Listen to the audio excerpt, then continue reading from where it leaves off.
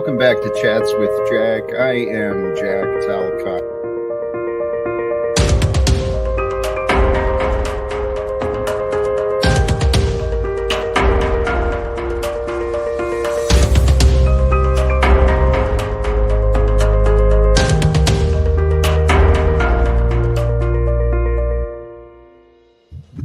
And greetings, blessings, salutations, and love. Once again, welcome back to Chats with Jack. I am Jack Talcott, and I am filled with the joy of this topic. Oh man, I just realized I forgot to do part of my setup.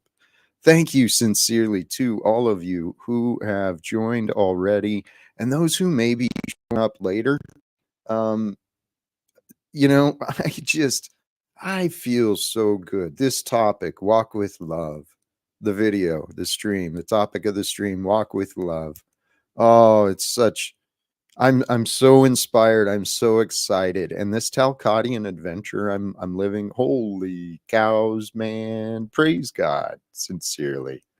I got lost in time and just realized a few minutes before the stream, hey, knucklehead, better get going. And so here I am. So let me jump right into this. All right. To all those who do join now and later, sincerely. My plan is to offer lots of love again today for all who God might allow. How do I know God is what comes into my experience? See, that's all I look for. And I know the light of God is with you and shining with you, and perhaps that's why you press play. That's why you follow the notifications, because God is with you and God is bringing us together. And I got love and love and love to share. So sincerely, please do remember to follow, subscribe. Please remember to share, right? Sharing in this world, that's what's going to create a better world. And I tell you what, Talcott Nation, bless you. Bless you. That's kind of where my thoughts went there today. My thoughts did go there today about, all right, Jack, what if you find a way to step into that role? Right? There's always a way. There's always a way to step into greater opportunities of leadership, influence.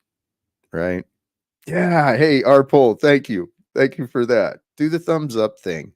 The like thing. Sincerely, I was looking at my track record and the viewers, the subscribers, it goes around. It's a healthy, and most of my viewers are actually returning. So blessings and thank you. But I'm looking at the data. Holy cows, I seldom make it over 30 likes. And I'm like, oh, what the? So please do the thumbs up thing once in a while, man. Sharing feels good. Sharing really feels good. M's Mad World. Hello, everyone. Brothers and sisters in here this evening. Thank you. Blessings to you. Hey, let me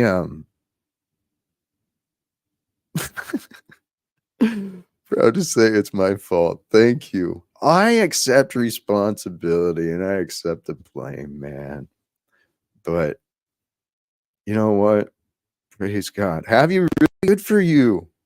Ask for forgiveness from many today. Bless you. It feels good. It feels good to find resolve. Oh my gosh, that mercy that's found. I think that's why God allows us to screw up. And here, let's jump right into this. Talcott Tuesday was the idea. And conquer your doubts and fears on this Tuesday. Why not? That's where we're at. We're right here. So conquer your doubts and your fears today. For they are mere stepping stones towards your growth, towards your success. And if you can see your doubts and fears simply as that, think the accomplishment you've already gained. Think these thoughts through if you can. I mean, only you know what your doubts are. Only you know what your fears are. Maybe you haven't discovered them yet. but they're in there. They're in there just waiting to play around with you, your doubts and your fears and your insecurities. And they'll bring up all sorts of shame, guilt, resentment, blame, all sorts of nonsense. So conquer your doubts and your fears. And if you can recognize your doubts and your fears, those are just like, they're the wrapping, right? It's just the wrapping you got to break through in order to discover the presence that's beyond your doubts and fears. You know, becoming the greater version of you. So my suggestion to the answer to conquer your doubts and your fears on this Tuesday or any day is the choice to walk with love. And so that really is going to be the topic that what I hope to get through and share and encourage and whatever else I'm able to do.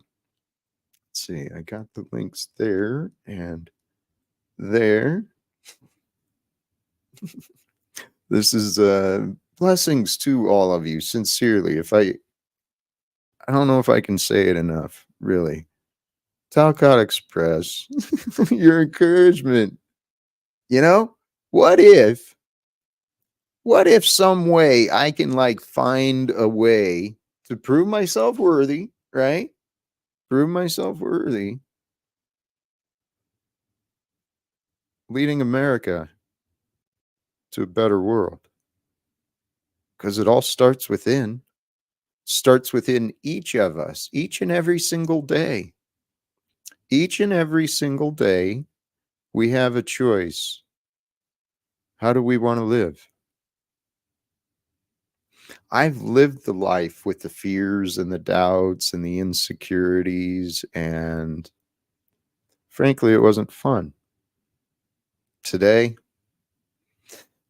brothers and sisters, I'm the same man in the same body in the same house, technically, and the same car.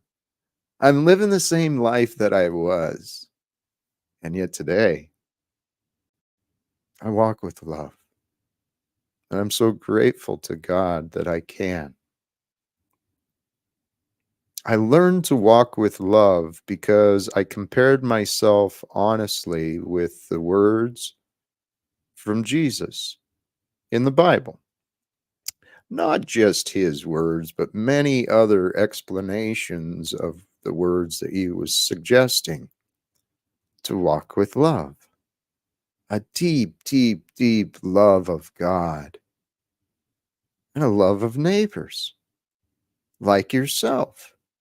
Because we're all in this game together, this game of life. That was the topic I was going to get to. Praise God.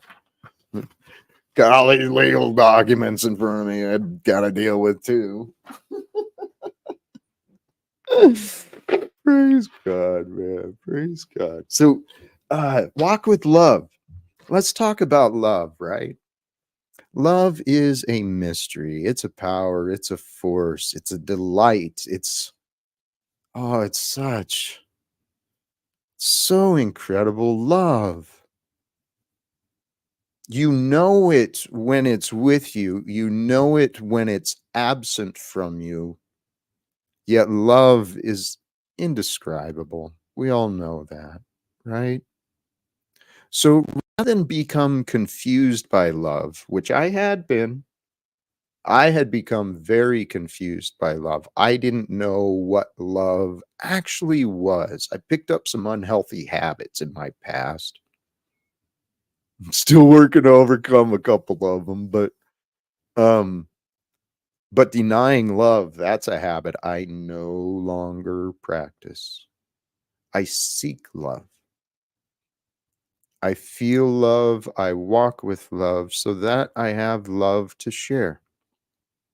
And the simple and obvious thing is, I only live right now. So do you. So if we can settle into the now, into the presence of now, right? Because now is when we live. Love the truth, all of these incredible gifts that we get to know and get to realize, those things are eternal. We're not. Our lives are temporary. Let's face it. So what really matters is how our time here on earth is spent, right?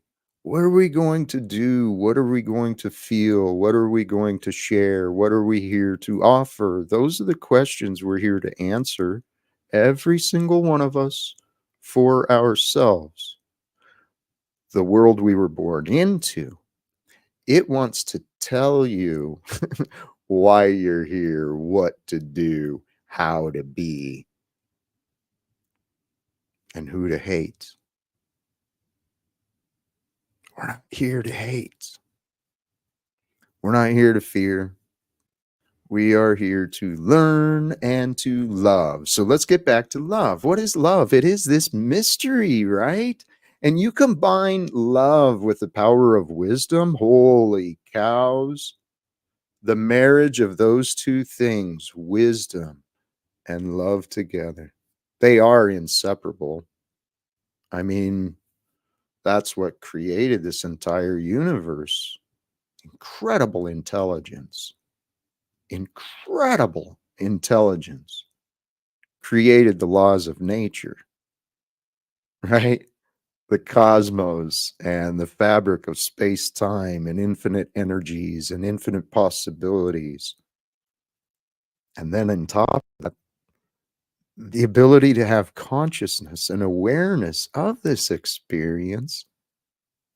There's a divine creation within us. We are a divine creation who has been born into a world that profits from division and confusion, right? Let me not get all serious. Let's get back to love. We're here to walk with love. So, love, what I was thinking about earlier, love is fun, right? Love is uplifting. Fun is joyful. Love is an experience, right? And what's an experience but lessons, right? It's the growing of the knowledge that comes through, the wisdom that comes through experience. And so love is an experience. Experience brings lessons, the gathering and strengthening, the growing of knowledge. Love is knowledge, right? The experience, though, in order to gain the knowledge, it's a game. God created a game for us called life. And we get to experience in our own little uniquely created meat suits that are regenerated and decompose here naturally. They just part of the process. It's so amazing. Let's pause for just a moment, as long as we're all still present here as well. Let's pause for just a moment for a little praise, a little appreciation. Right? Praise and appreciation, those are love. If you don't have praise and appreciation, love is absent. So let's offer a little praise and appreciation for this opportunity of life today. Because we want, I'm encouraging these words. I can't assume.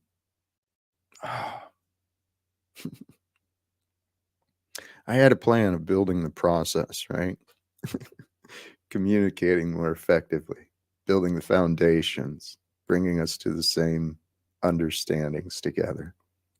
So let me pause for a moment and share. When I say I do this, I am talking about my experience, but anything that applies to me applies to you. We are the same. When I say you, I actually mean me. I mean, it applies to me. Anything I say about you applies to me. And when I say we, I mean you and me. And I don't know you directly. I sometimes make some assumptions. And if the assumptions aren't right, well, see what you see for yourself. But this is my life experience, man, and I tell you what, I'm becoming more and more comfortable in sharing these ideas. And my comfort is a confidence. My confidence comes through a faith, admittedly, because I do not know the future. But see, my faith in God, my faith in the future, that comes from a number of different things, but it comes from my humility. My humility to admit what I don't know.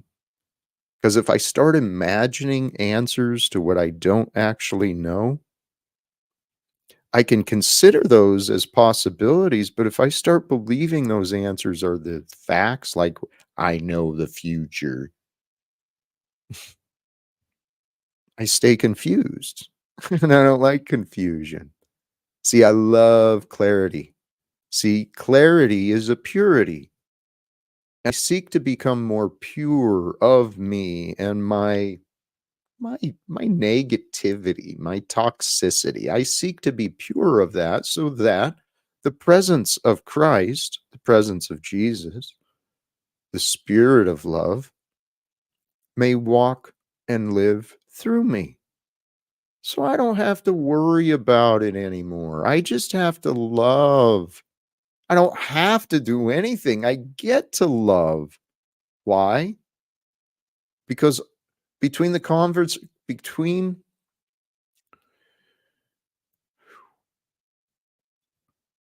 the divine balance and perfection, the Heavenly Father, the motherly earth, we get to be here together today.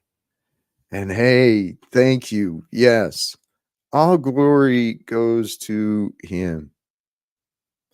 To Him, the Father of creation.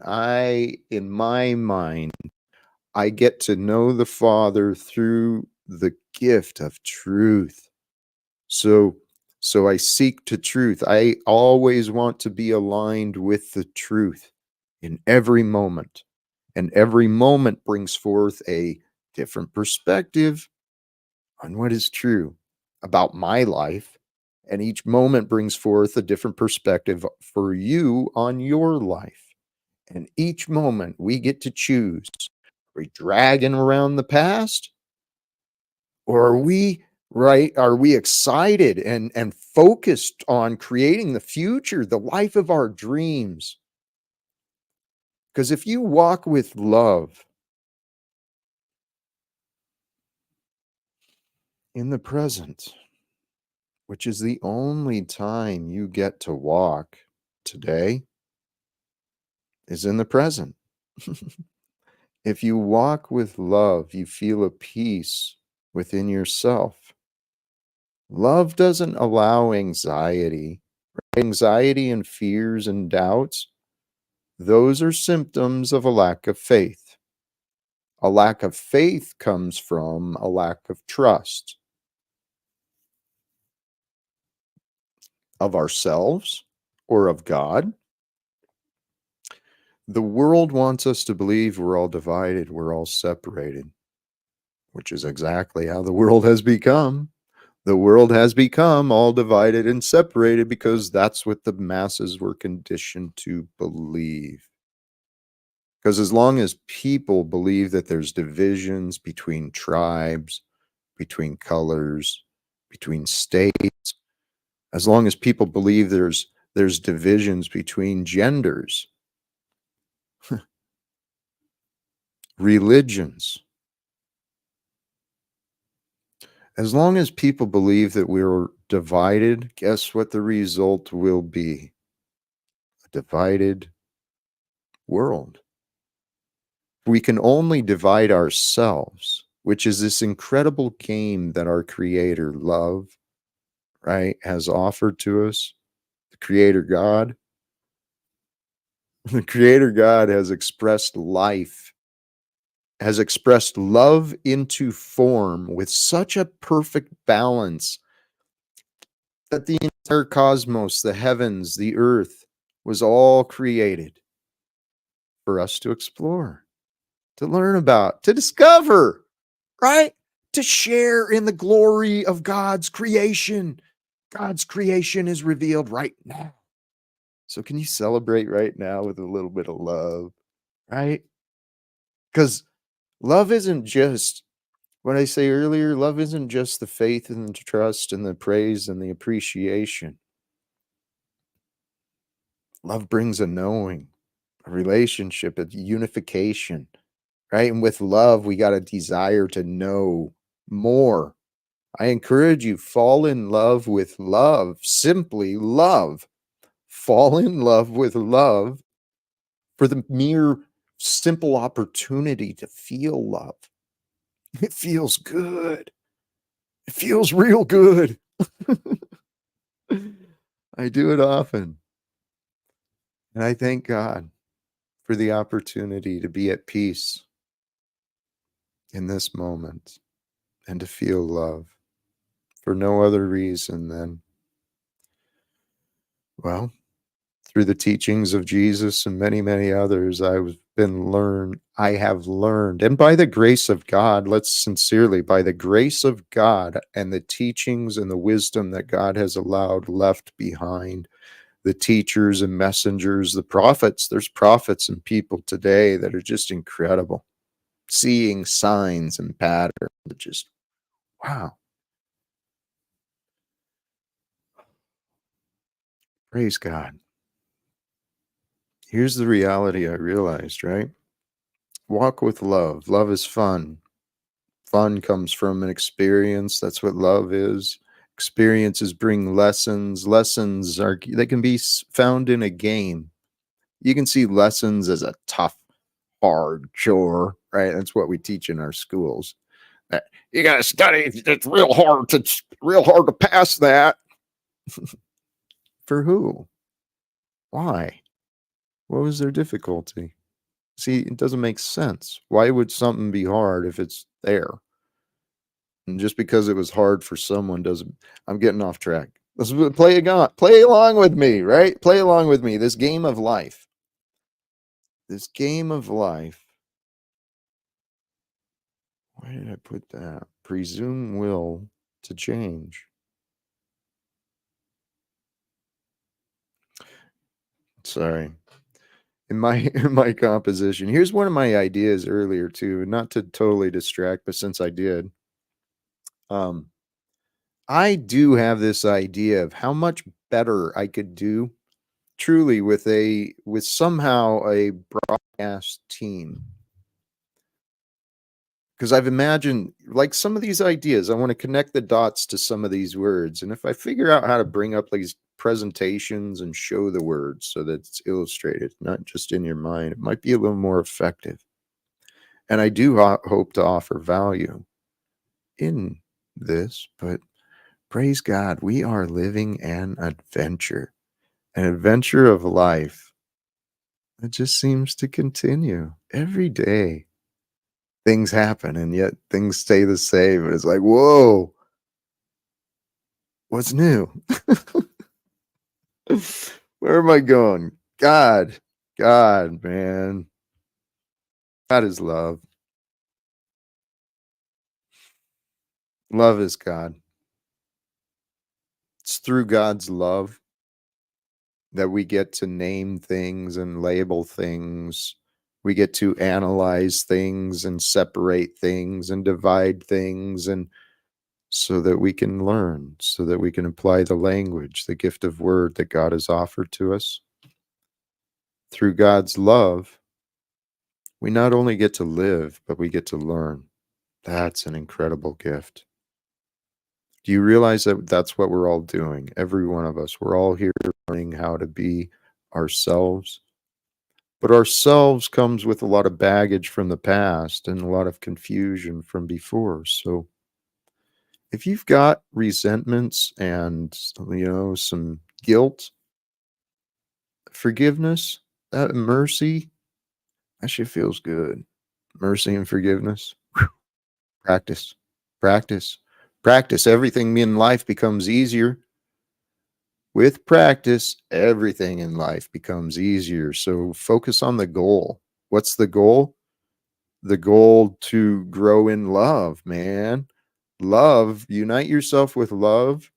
You unite yourself with what Jesus was teaching. Simple as that. Walk with love. With love, we walk with the Father in the moments of today. Each moment reveals the truth that God wants us to experience. In this game, we get to figure it out. It's pretty cool, actually, once you start to figure it out. It's pretty amazing, in fact. As I understand, like miracles start to develop. I've already experienced my own miraculous transformations, my inner change and transformation. Which reminds me, you know what? I'm going to interrupt my notes. Back to me. Hey, I have dropped the link sincerely. All of you who have joined, peace and blessings to you all. Thank you for joining.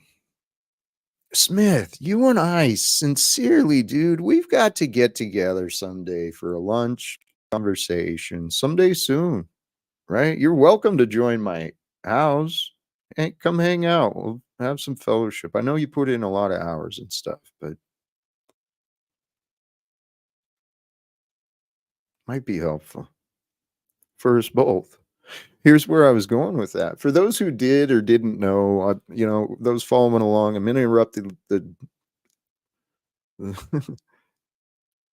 interrupt what I hope to offer to bring it back to me, I guess. I never know if this is right or not, but this is my story and I'm having fun. So I hope you're having fun. And sincerely, thank you all for joining. So for those who have been following along the Talcottian adventure, if you joined in yesterday, that's right. There was a reason. For those who may have missed yesterday, what was the topic we talked about? Holy crap, man. Well, that wasn't the point anyway. Today, Walk with Love is a build on building from what we discussed yesterday. And if you tune in, especially for the monologues, that's the idea. I'm building on ideas because I'm rethinking, reflecting, considering what came through me, what I experienced, and I'm growing each day. Ah, that's right. Thank you to Freak. John showed up. That's right. John showed up. He is a great guy. I look forward to his return too. So after the stream, though, I did end up at the city council. Turned out I didn't know the connection, but when I showed up, I wish I'd gone a little earlier. When I showed up, there was a lot of people there for Earth Day. So there was all these local organizations about the environment and things that are going on in the community. And it was just a wonderful thing to see. I actually see that I am blessed, truly blessed to live in the community that I do.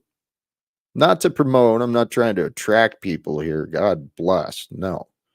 But where I'm at, it's a pretty amazing community. And I bet if you look for it wherever you are, I bet there's some pretty good signs of an amazing community around you as well. And if there's not, guess what? That's a sign for you. That's a sign for you to start growing this amazing community around you. Because that was my point. That was my purpose. Went to city council last night. And only got 2 minutes to talk, and I didn't have my thoughts as clear as I'd hoped. And oh, goodness, there's always room for improvement. But for those who are interested, here, let me do this. I think I can do it right there. I'll drop the link at least. They publicized Spokane Council. They share their stuff on YouTube. And about 2:04:29, I think that's where I clicked that for. That was out. Whoops. That was at the link I dropped is for the Spokane City Council meeting, and the time 2:04:29, I think, is when I got in. So it was a long meeting. I was tired by the time I got up there. My energy kind of shifted. But hey, here we go. We've got a guest for today already. And welcome, Brother Hank. How you doing, my friend? I'm doing well, Jack. How are you? I'm feeling blessed. You're sounding good and looking good. Thank you. You are too. As you know, Lil with Tommy, Wizard, and I pretty much looked at the event as soon as we could find it. So, I appreciate that. I didn't know. I didn't even think about it until I got a message from you, hmm and it was just I noticed the message just as I was leaving. So you messaged me just as as it was ending and I was taking off. So yes. Of course, Tommy gave you a hard time afterwards. He thought he'd do better. He's just very demanding. He just wants the best for us.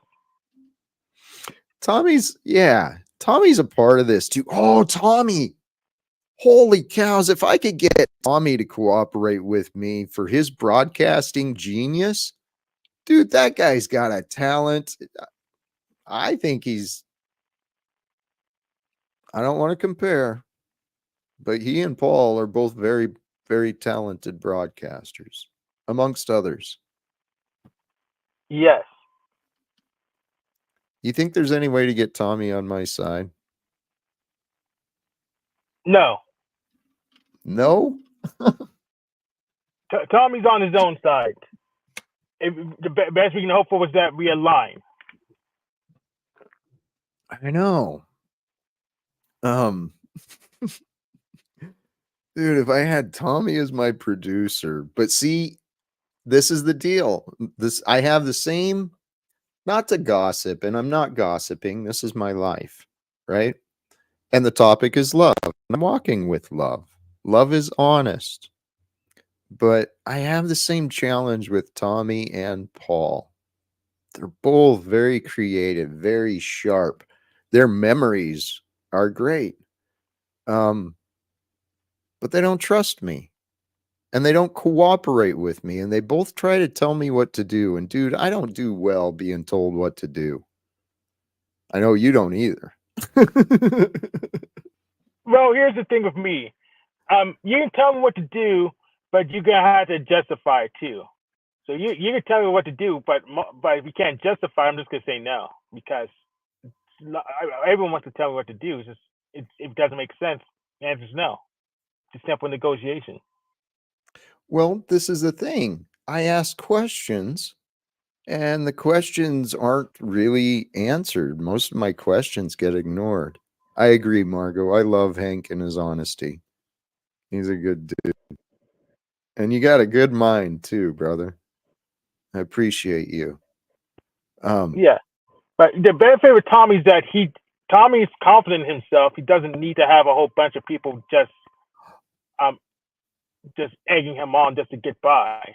So Tommy's confident in himself, so he'll be much easier to work with long term because he'll tell you to get to agreements, and he won't need to tell someone else to communicate with you.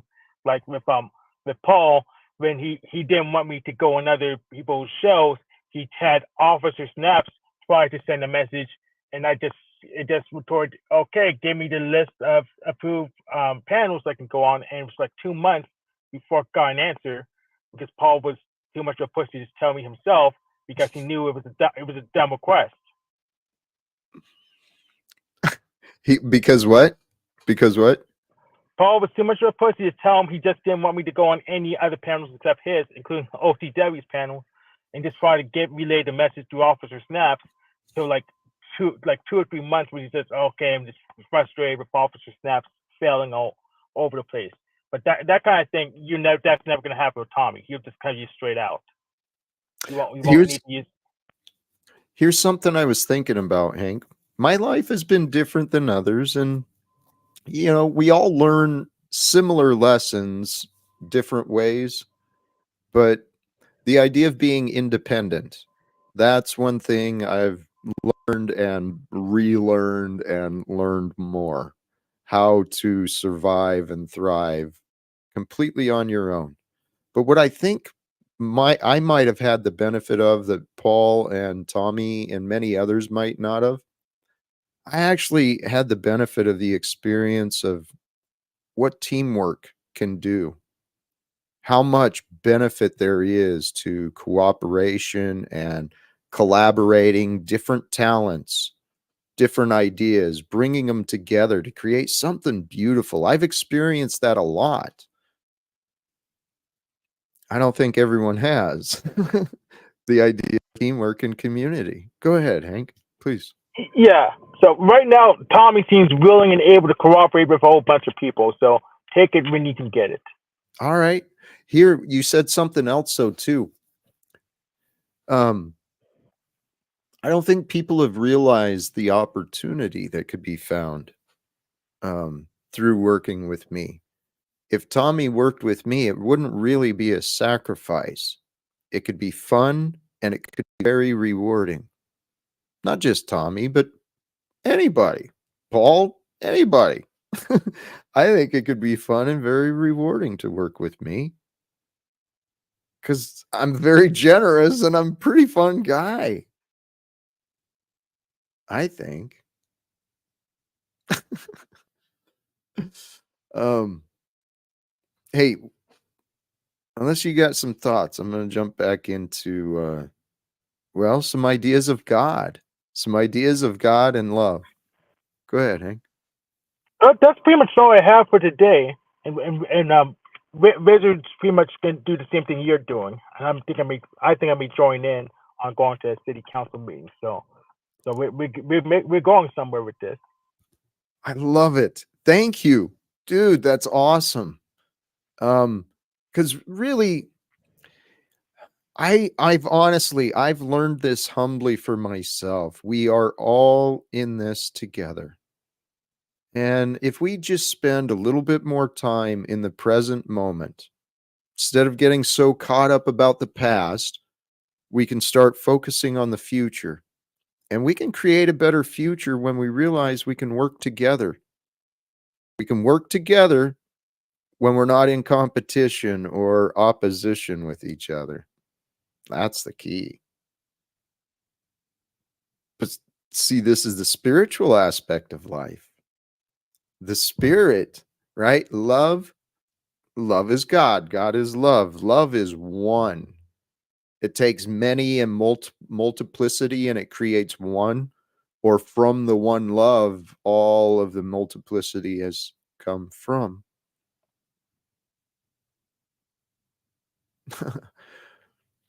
Oh, sorry. Yeah, I gave my name. I didn't promote my channel. I wasn't there to promote as much as introduce. I'm I'm really hoping that conversation will lead to others. I've already met with one of the councilmen. Um, I met the council president last night after the meeting, and I did meet someone from the mayor's office right before the meeting. So who knows? I'm easily reached, and I'm not trying to grow an audience. I am trying to grow an audience. I'm trying to grow an influence. I hope to share value. I hope value is shared through me. Because honestly, if this is true, guys, if this is true, well, it's very possible Jack may be heading to Washington, D.C. pretty soon. Not at my expense. I I have the anticipation of becoming invited. And then when that happens, holy cows, man. This adventure is going to keep getting better and better and better. Not just for me, but for us all. It's here today, right here and right now. And Hank, feel free to jump in if you want, anytime. Actually, I'm gonna jump on and let you have your show back. All right, brother. Respect. Thank you, Hank. Love you, and we'll talk again later. Um, yes. Back to the progression where I interrupted and I was hoping to go with a word to word to words. What is this? Blessings to you all. Sincerely. Thank you, everyone. Good intro. Remember Luke 18:5. Yet because this widow troubleth me, I will avenge her, lest by her continual coming she weary me.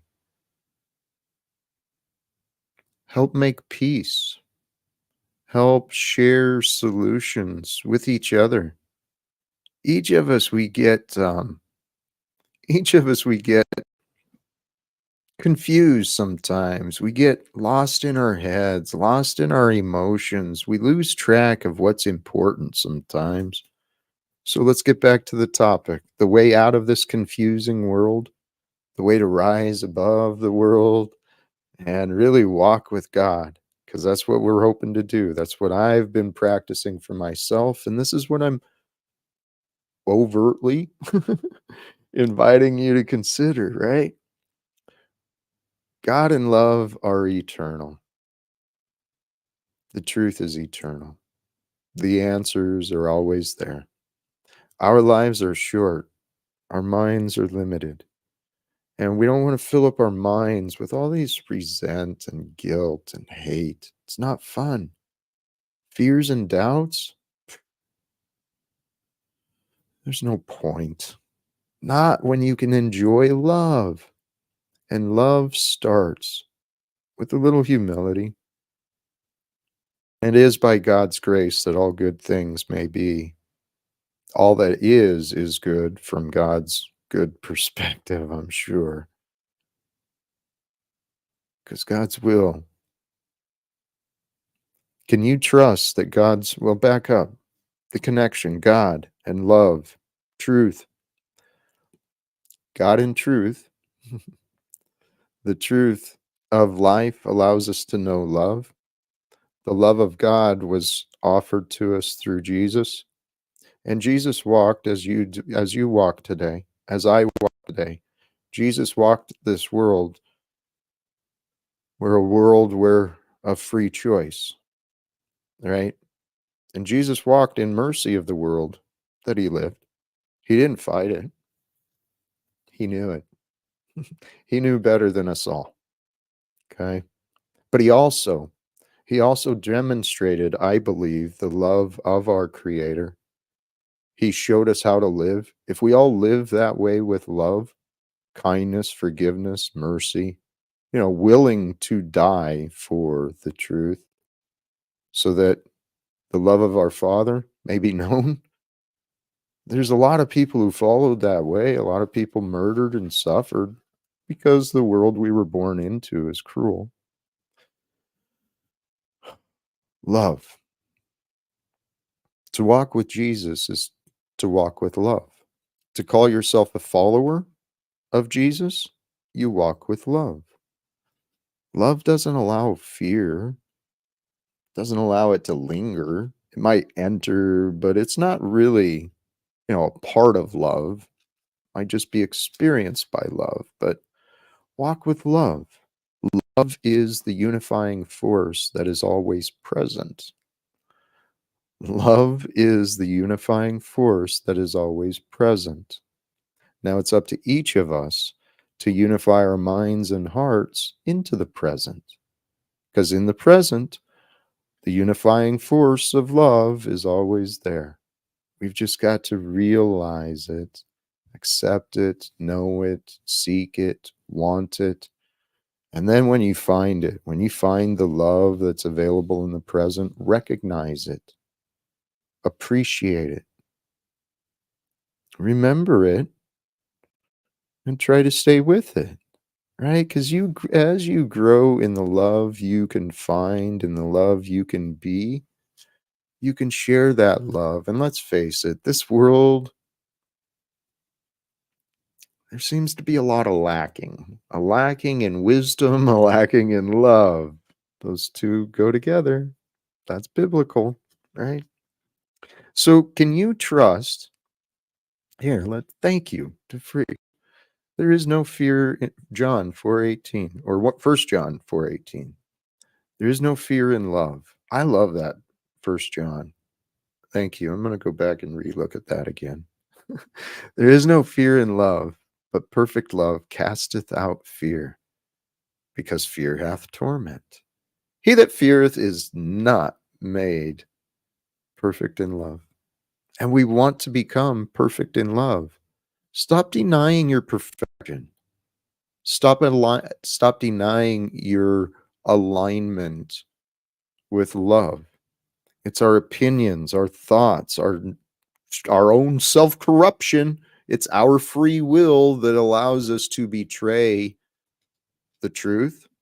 It's our own free will that allows us to betray the great qualities of love: mercy, compassion, appreciation, trust, faith. Those are all aspects of love.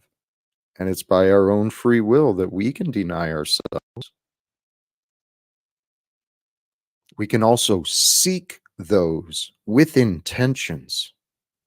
And if you seek to know goodness and faith and trust and love, if you seek to know those things, turn to God. It's all within you. It's all around you. Can you settle into you so that you can settle into what's around you right now? Because if you can become one with the present and walk with love, then hello, McFly, you're following the way. You're following the way of the Christed one, and that's what we're here to do. And as more and more people, rather than calling themselves Christians and following doctrines or teachings of some religion, as more and more people start following the way of Jesus, of walking in love, sharing praise, sharing the goodness of mercy and forgiveness and compassion and generosity, creativity. That's what love is. It's all the good aspects of life, my brothers and sisters. If we create a world like that, let's do it. Let's start it today on Tuesday, Talcott Tuesday, right? I've been practicing this. Let's join this together. Trust me. Follow the way of love. That's what that Bible is teaching you. Where you go? I got books and books and books. Follow the way of love.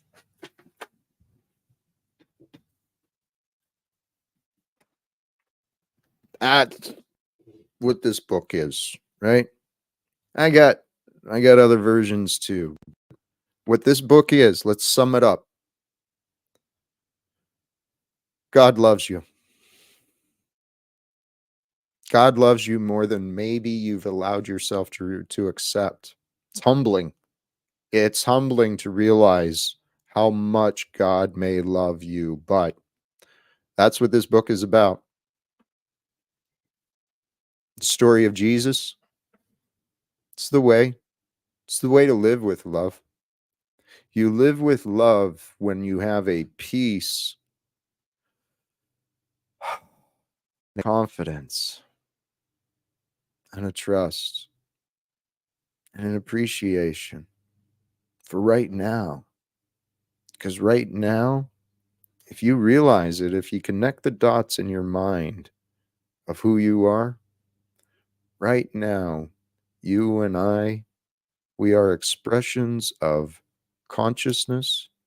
We are expressions of love generated by time, generated by the laws of nature, the power of nature, the beauty of Mother Nature. We get so lost in our cities, in our homes, apartments in our metropolis. Those are settlements, shelters. We're not separated from nature. The way we were raised has created us to be at war with not just ourselves, but each other, be at war with nature, to be at war with love. You know how much love is mocked? I mean, you know how many people are mocked for loving, for showing love, sharing love? This world we live in, well, it's in the book, right? It's in the book.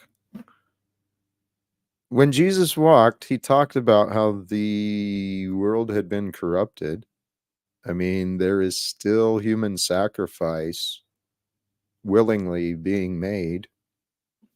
And, you know, people like me raise their hands to voluntarily serve the will and direction of corruption, because that's what our government is. Our militaries are the armed enforcement. They're like the strong arm for the mafia. That's what our military men and women are, unfortunately. I mean, no disrespect. I mean, no dishonor towards anyone serving with honor. I know that is your path for you, God's path for you. But praise God, it's time for our military men and women to wake up. War is not the answer. And it's not their fault, right? I understand that. Let's not put a blame on the men and women in uniform, whether it's the military or whether it's the law enforcement, because law enforcement quickly becomes oppression and division between a ruling class and a governed class. We're all in this together. All right. So we don't want to judge our military brothers and sisters. We we we want to honor each other, not because of an oath we chose to take. We don't want to honor each other because we put on a costume or a badge or carry around, some body armor and weaponry. Militarization doesn't really, it's not as honorable as we have been taught. Let me just offer that perception. I may have jumped. Oh, here. Dominic, you've been dropping a lot of information in these chats. And yesterday I clipped some. I was going to come back to it, but your next comment was about sinner. What makes a sinner? It only takes one sin to make a person a sinner. Sinners need to be saved. Once one has been saved and asked God to forgive them, they are no longer a sinner. They are a sinner saved by grace. There is a big difference. And here, apply these words to the truth. It only takes one sin to make a person a sinner. Sinners need to be saved. Once one has been saved and asked the truth to forgive them. So what is the truth that can offer forgiveness? Where can the forgiveness be found? From within the self.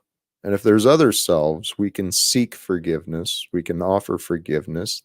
The idea is to become fair values of exchange, right? That's what nature is. That's what balance is. Life is a fair balance of exchange. It's beautiful. It's natural. It's what we are. Can you feel at peace with what you are? Right here and now. If you can, guess what? That's how you're supposed to live. You're supposed to go through your day in peace. All of these schedules and worries and all these problems we find, it's information. It's data. It's part of the world. You can live in the world and believe in the world, believe in the politics and the governments and all the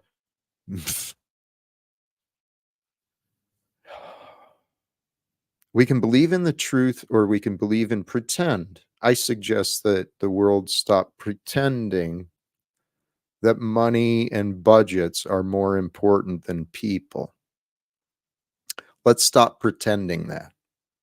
Because every time we leave our children and we go to this shift work or to the third job, we're denying ourselves education. We're denying ourselves time with our children. Why? For a paycheck. Brothers and sisters, let's unite together in this lifetime. We can start today. Let's start uniting this world together with love, right? Because love is the unifying force. Walk with the unifying force, not the forces that separate. Denial separates. Guilt, blame, resentments, those separate. Shame separates. Shame and guilt separate us from love. You can do what you want to do, but you can carry around guilt and shame, or you can find mercy upon yourself. Seek the truthful answers beyond the pain, beyond the misery. That reminds me of a thought too. To know the love of peace, the peace that's found after the surrender, after you no longer have to carry that burden of the past with you. All that freedom from the past, it feels so good. And once you free yourself from the past, here in the present, you can fill yourself with love and work towards the future you will love, focusing on what you want, knowing that what you need will be provided by God, but what you are here to do is pursue what you want. And I encourage you, what you want is love. You want to be love, with love, share love. You want to grow love, nurture love, nurture wisdom. Become the most authentic, greatest, most bright and shining example of life that you can become. Take some investments. It takes some sacrifice. You want to grow in your education and your development. Maybe it's time to expand your experiences, time for a different change. The answers are within.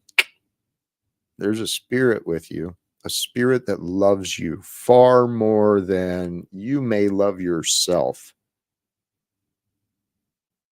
Because the world taught us not to love ourselves. See, because if we loved ourselves, we wouldn't obey. If we loved ourselves, we wouldn't obey.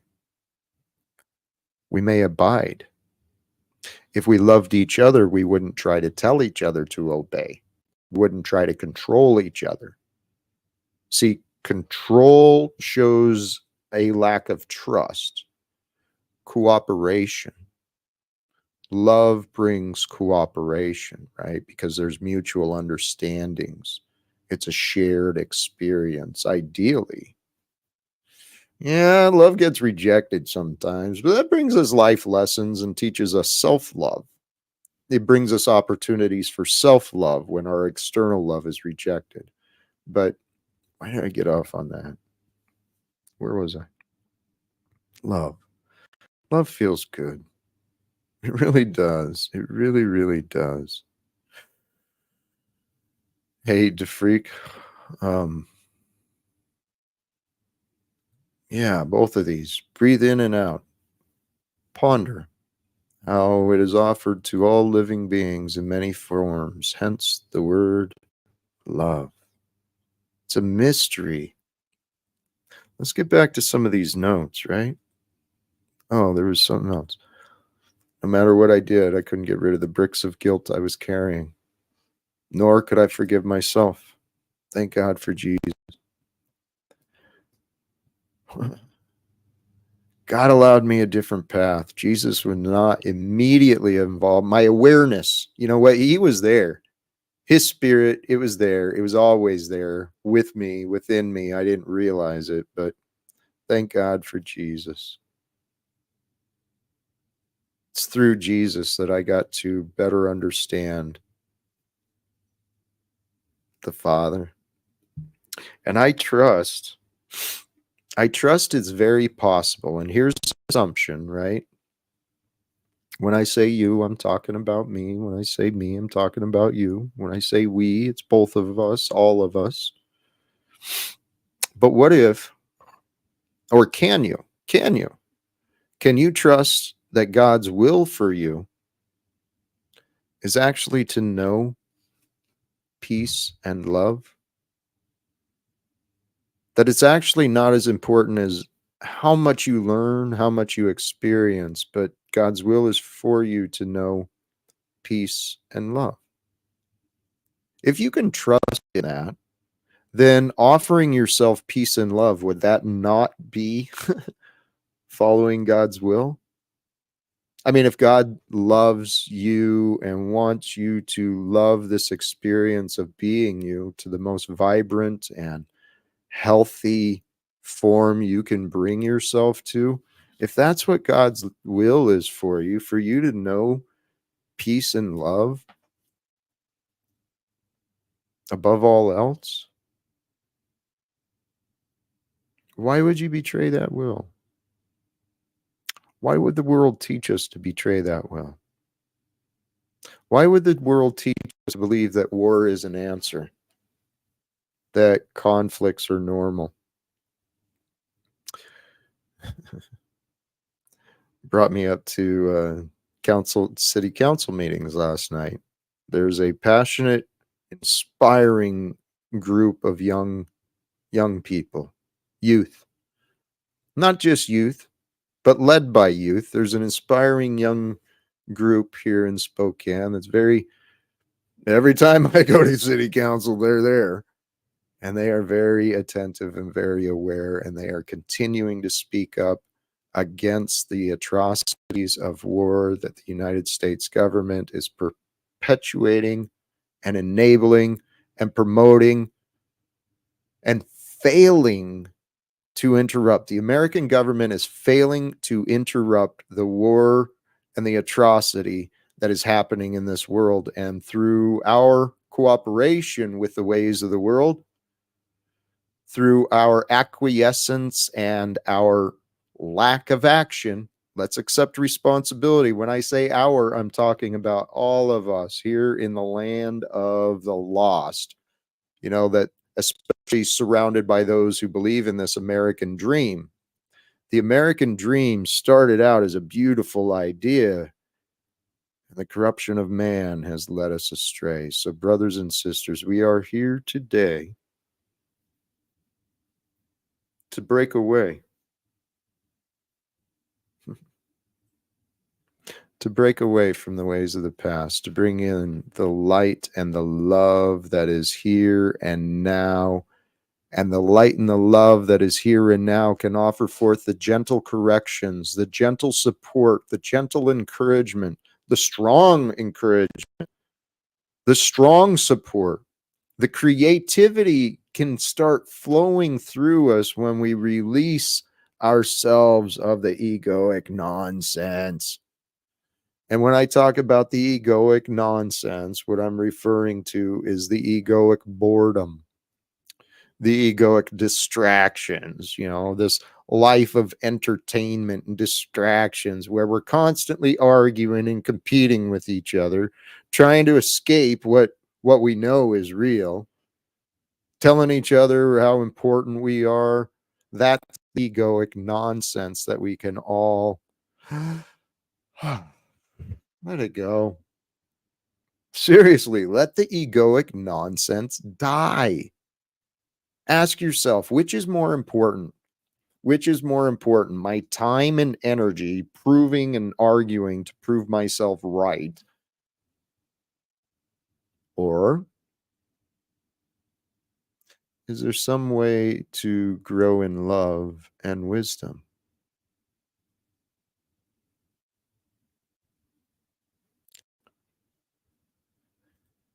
You, Margot, golly geez, you like to find lots of problems. There was one guy here. I don't remember. Did I share the link? I'll share the link again. For those who want to check it out to see if my words are accurate or if I misrepresented things. I mean, it's possible I misspoke, but here's the link again for those who wish to check it out. The action group was speaking about they've been encouraging the local city council to to offer forth a community declaration of ceasefire, right? In support to try and get some actions beyond here. And, you know, they're very well informed. These young people are very well informed. And it inspired me. The fact was, we had because of the Earth Day in that video, Margot, I provided the evidence. Your accusations and your attacks, you can collaborate with others, right? The evidence shows. I stand on what I said. So for those interested, though, there's the YouTube link. There is also a wonderful blessing, right? Spokane is an incredible, beautiful piece of land that was, well, it was stolen from the indigenous tribes who had used this place for a place of gathering and trade. And, you know, it was a pretty magical place. It's got a pretty cool history before even the white man moved in. And the white man didn't, what, 142, 144, 140 years ago, something like that is all. There was no there was no potholes, there was no aerial emissions in the sky. This place was beautiful and pristine where I'm at. So at the city council meeting last night, Spokane is pretty environmentally conscious, at least where I found myself. There's a lot of cool groups doing a lot of good work around here, hard work. The point is, yesterday being Earth Day, they also, the local tribes and whatever, they had a couple of blessings offered, and one of them, we had the attendance of a man representing the Hopi tribe, offered a beautiful prayer, a beautiful blessing for the day, for the community, and the messages. The messages are about unification. And yes, Margot, I agree. They were beautiful, actually. The Native Americans were not accusatory. They're standing strong. They are standing strong and noble from what I heard in yesterday's stream. That's just my opinion. But I did clearly hear the invitations to work together. And that was my invitation too. That's kind of what I threw that. I wanted to reinforce what I saw happening. So I tell you what, brothers and sisters, if you start looking for the good, you will find it. And when you find the good, you'll appreciate it. But it's up to you to do those things for yourself. But if we don't find the good, if we don't appreciate the moments of life,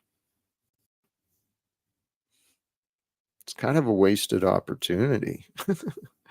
To be honest, it really is a wasted opportunity. You guys are reminding me, you know, Spokane was like the entertainment capital for a while back in the old days, and then it burned down, and it also had a reputation because a river runs through the city. It's just gorgeous. Had a reputation in the late 1800s, early 1900s of being a bridge city, because there's like 5 bridges across the river, and they kept falling down. And so Spokane, man, it's got an interesting and a pretty cool history here. You know what? Look into your own hometown. See what's around. Go talk to some of the old timers. Go investigate some of the local museums. See what you can discover about your community. Sometimes that's fun. And every community, this is the game of life. Life has so many opportunities. You got to just search for them, though. You got to live like a child, innocent and pure, curious and wondering. Brings us back to a lesson. This was pointed out by someone I was listening to earlier, how we kind of corrupt our children. We corrupt our children by sending them into these schools where they're taught And so they got to sit through what someone else tells them to listen to and then teach themselves what is being shown. And the problem is when we're taught things, then we think we know. And when we think we know, we kind of lose our wonder, right? A child, example from, it was John St. Julian. I've talked about him before, one of his recent streams. John St. He pointed out the example of a tree, the beauty of a tree. It's just, and there's so many varieties of trees, so many different shapes and colors, and every one is an example of life. It's just incredible. It's beautiful. But child can be there lost in amazement and wondering, trying to relate and feel the knowing of what the tree is. What does it mean? And then when they're shown it's a tree, the next time they see a tree, they don't see a wonder. They don't see the nature. They don't see the life. They see what they're taught. And so, brothers and sisters, if you do have kids, if you do have youth, talk to moms and dads. Consider these thoughts, right? We want to teach our children the wonders of life. Let them know that they can learn everything and anything they want, and help them do it. Help them find what they love learning. Because really, if you kind of think about it, it makes sense. If we don't send our kids off, if we're not slaves to jobs and we actually get to be parents and spend time around our kids, at least for a little while, different ways. We don't ship them off to daycare and to schools. We allow them to grow, and we share with them who we are and what the world might be, and just allow them to learn. Eventually, they'll want to know how to read and write. And when they want to know how to read and write, they'll learn, they'll absorb. That's how we're created. It's our nature to learn. It's our nature to be curious. It's the conditioning. It's the satanic, evil, limiting, controlling, fearful, confusing, suffering conditioning, the nonsensical conditioning that rewards insanity. I call greed insanity. It is absolutely insane to be selfish in a world and a life when it feels so good to give. Do you know how good it feels to give? Practice that. It feels great. And guess what? Pretty sure that's the way of God. God serves forth all space, all time for all life to grow and to be in its own unique way, its own perfect way. Um, our God, man, I've been blessed in this life, and sincerely, I don't know how or when it is going to happen. I know that I'm continuing to gain in confidence, and I'm gaining more and more faith. I don't know where the future is going to happen. I've attempted to take, here's a life lesson too. Back to lessons. Knowing when to change directions. Knowing when to give up. Knowing when you're not in the right spot, you're not at the right time, knowing this path is not the one for you. How do you know that?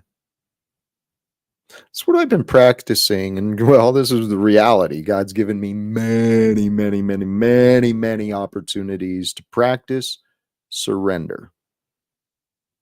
I observed myself with that in a couple of occasions yesterday, pursuing ideas I thought were right and would be appropriate. I pursued a couple of ideas yesterday and searched and found myself kind of wasting time. I wasn't finding what I was looking for. So I left. Went to the first place that I had originally planned to go. See, it was a secondary thought that caused me to delay and distract. But the first place I had intended to go had what I was looking for. And it was right there, in and out, very quickly and easily. But I realized I could have been frustrated in the first place. I could have wasted more time. I could have, gone and whatever, made a big deal. But I've been learning. I seek. All right, Spirit, you willing to help me with this? Is there something here I'm not seeing? This is exactly what I'm looking for. Where might it be? I play games with myself because I spend a lot of time with myself. So this is kind of what I'm talking about. The idea of this topic today, live like it's a game. Have fun with you. Have fun with life. Have fun with you being you in life. A note I found elsewhere. I was inspired by someone. I think this was from Facebook. Be mindful not to echo the voice of the accuser. Consider that. Be mindful to not echo the voice of the accuser. See, that's what I've realized. When people present these false accusations and just dark, harmful, mean, cruel things, that's black magic. I heard it described that way in another book too. But it's black magic wizardry when people are gaslighting. That's a tactic narcissists use often. And not to get into the definitions and the labels. I mean, sincerely, a narcissist is just it's an egotist, someone with a, well, they're more than just egotistical. They're very cold-hearted, often cruel. It's a sickness that has been enabled, rewarded due to the selfish nature of the world we live in. But we don't have to live with a selfish nature. See, love is not selfish. Love is the opposite of selfish. Love is given freely from the source of love, I believe. I believe love is given freely from the source of love for us to align ourselves with, right? Align our mind and our heart with love. This is what Jesus taught. Love of God, love others, love life. Simple as that. If you bring God into the all inclusive of life, which includes others, not just yourself, God's not just with you, but not anybody else, or God's not just with you and someone who identifies with God a different way than you. That's a foolish thought. I mean, break down the logic. That's just stupid. Sincerely, if you claim to have faith in a God, what someone believes or not is irrelevant. Our God is so good. The perfect way that everything is created. See, God is the truth. The truth is mysterious. God is mysterious. Love is mysterious. Life is mysterious. Bring all these things together and you have a good time. I think that's what God wants us to do. I think it may be coming true because I keep having these conversations and people keep turning me to the Bible, right? No, you got to look to that book for the future, Jack.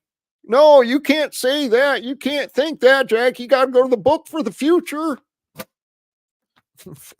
Luck, oh dear. Luck, oh dear. I don't mean any disrespect.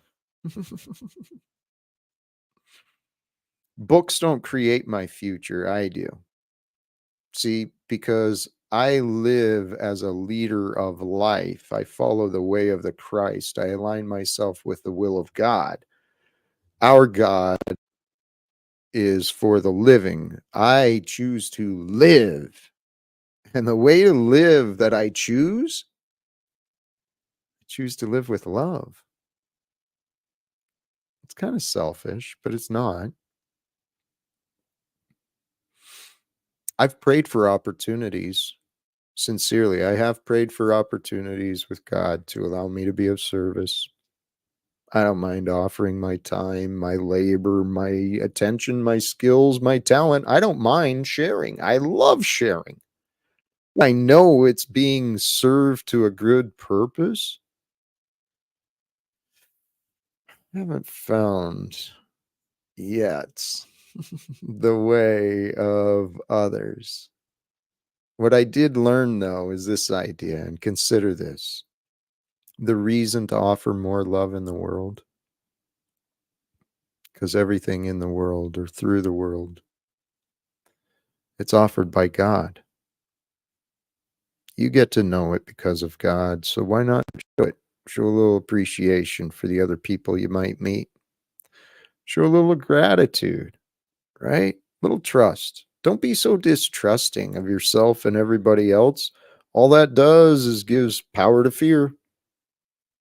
Be wise, don't be foolish. Pay attention and look for signs. Sometimes you're right and sometimes you're wrong in who you trust. Sometimes you're right. And the more practice you have, the more opportunities you have to demonstrate trust and share trust, offer trust with others. You create more connections in this life. I tell you what, it's better to have connections than severed connections. Let me tell you, it's better to have connections than enemies. Enemies do connect, but not in healthy ways. Enemies connect as distractions from life, right? It's the satanic way that wants to divide and analyze and oppress, wants to distort and destroy. We're here to bring ourselves to the light. The light feels good. Feel light, okay? Feel light with love by releasing yourself from the burdens of shame and guilt, condemnation and hate, depression. Sometimes it's tough to do that, but I'm offering you the reminder today. I'm offering you the encouragement.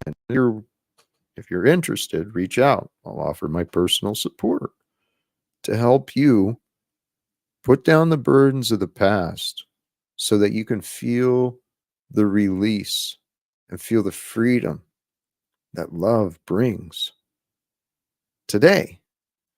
Because how you feel today is going to direct your thoughts. And your thoughts, your words, your actions, the things you choose from your thoughts, those are what you do today affects what you experience tomorrow and what you remember tomorrow. What you do today becomes a memory. So let's start creating good memories, grateful memories. One of the most grateful memories I found is when I chose to turn to love. Started out a little shaky and I was pretty confused, stumbling around in the dark. I didn't know what questions to ask. I didn't know where I was looking. I didn't know what I was doing. But what I did, what I did do was I sought release from my past by God's grace.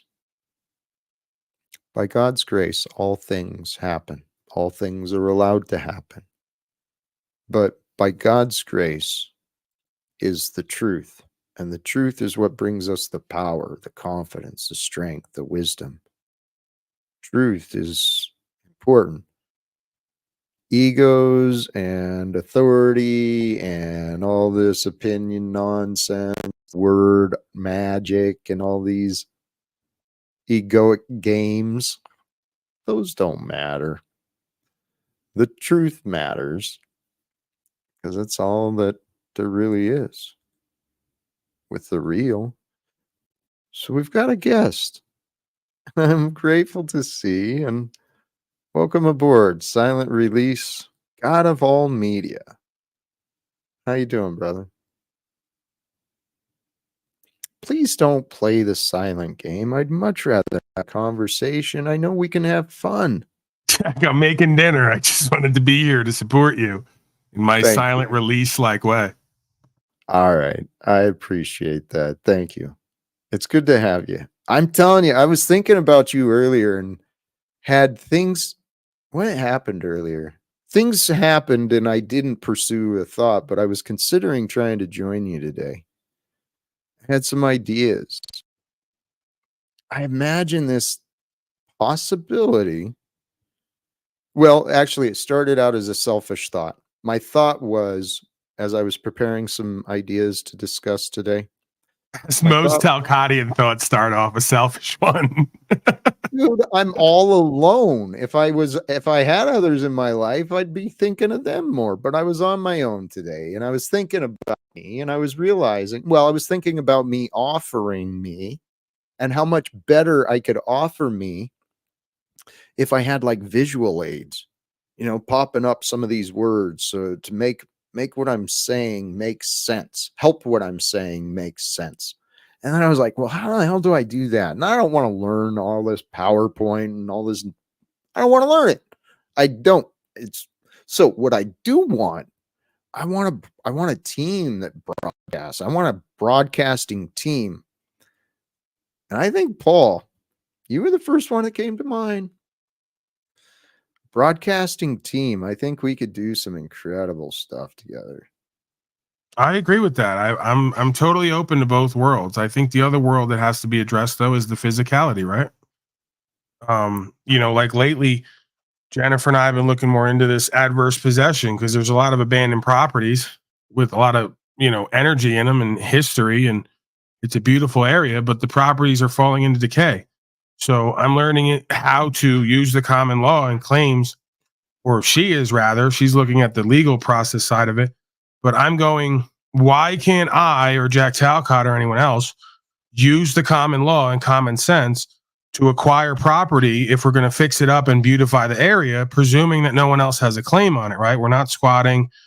We're not looking to rob or, have something that we're not going to use in trust and equity and, kind of bring benefit to the area. So I think that there's like a lot of power and value there.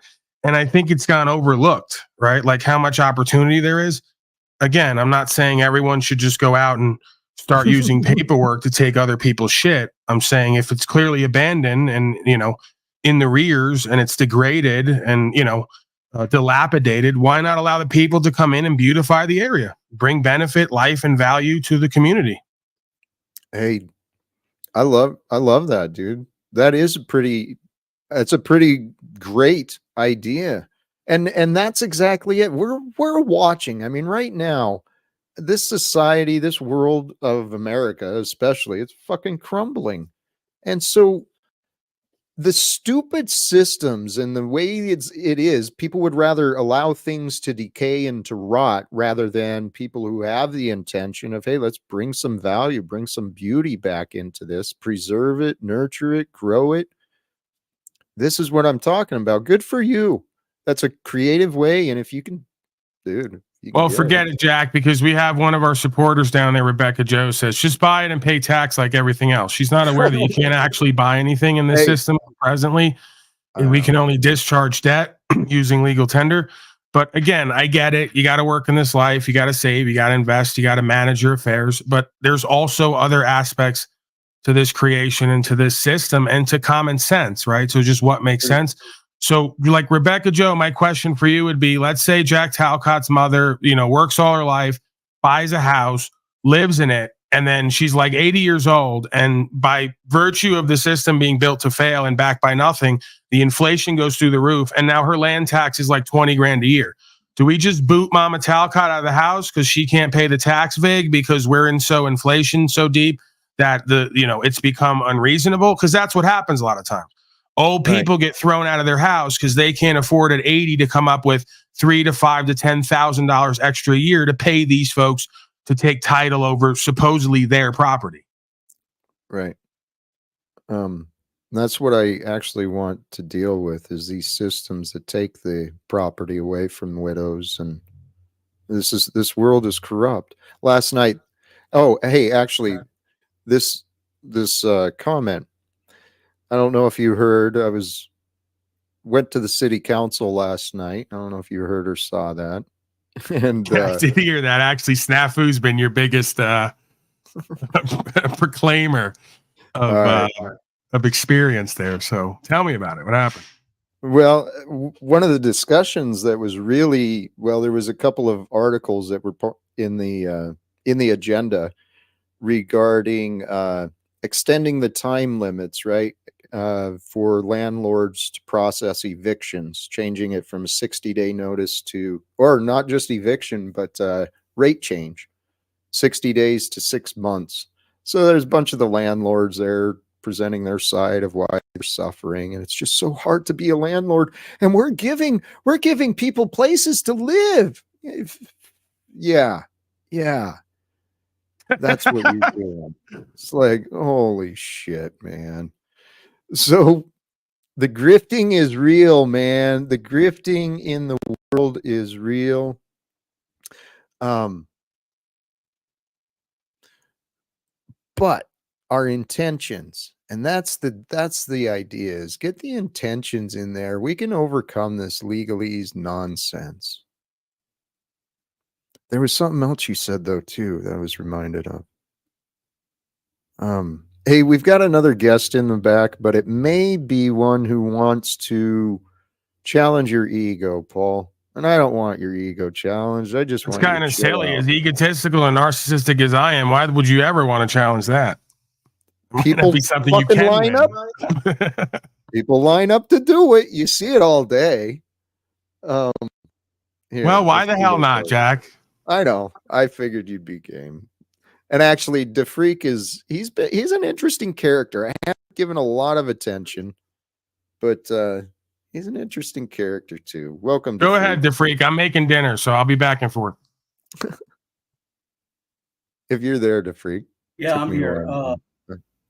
I've been hanging out over at Sofia lately, and one of the things Paul's talking about is going out on the road, putting himself in position to be thrown in jail, like decastrated, and he thinks that somehow he's going to be doing a Jack Talcott Messiah complex, martyrism or whatever.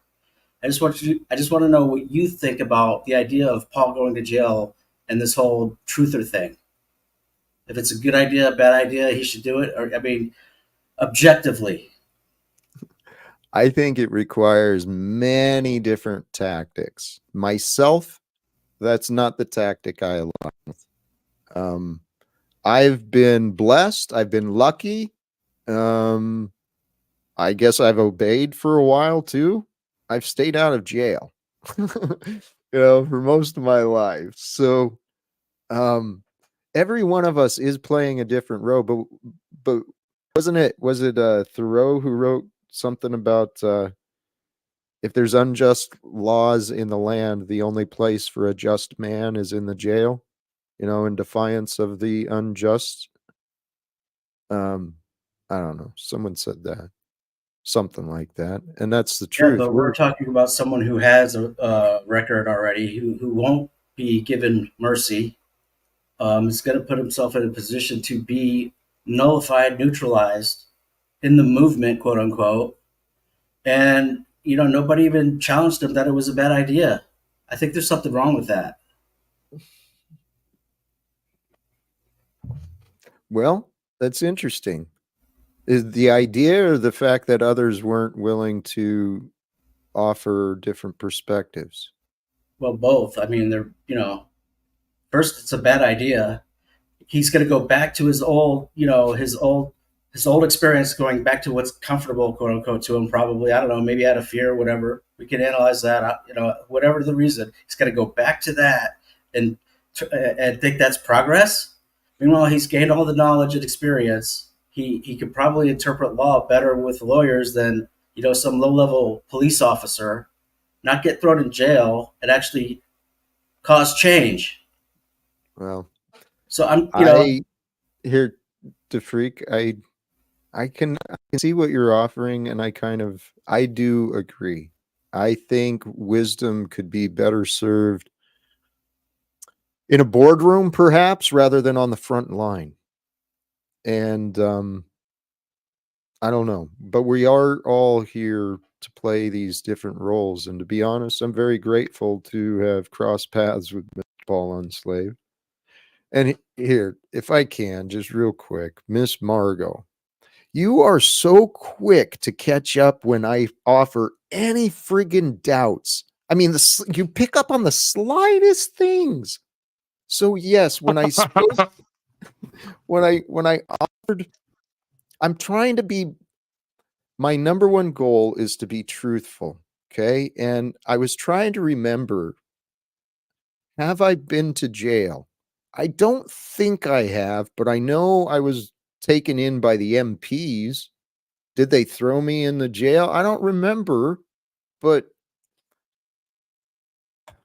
I don't remember if I've just been detained. I know I was never convicted of anything, but I might have been detained in a jail. So that's why I was cautious. I spent most of my life. I mean, at that time, that was a funny story, actually, but stationed in Germany as a young kid, drunk in the barracks.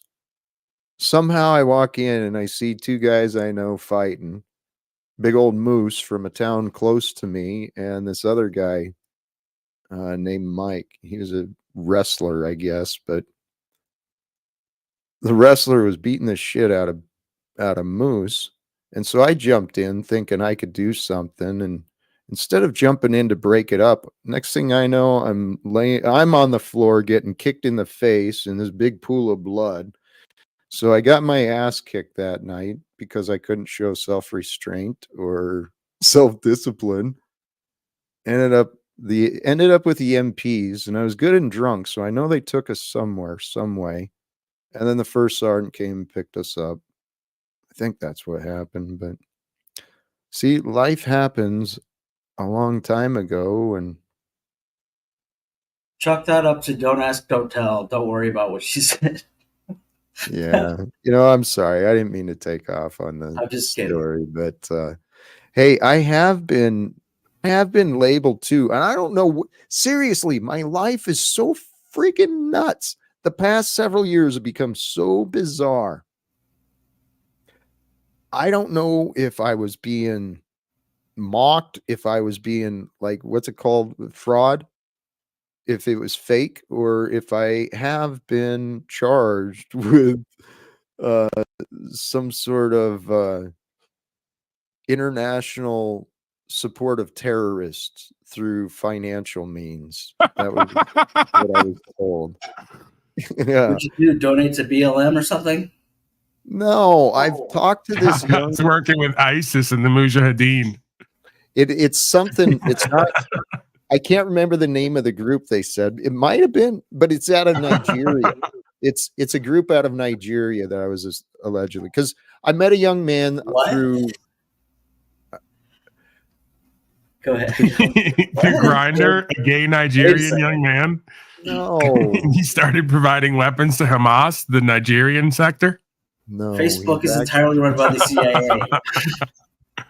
He's actually, from my experience, he's a very God-loving, very spirit-filled young man from Nigeria.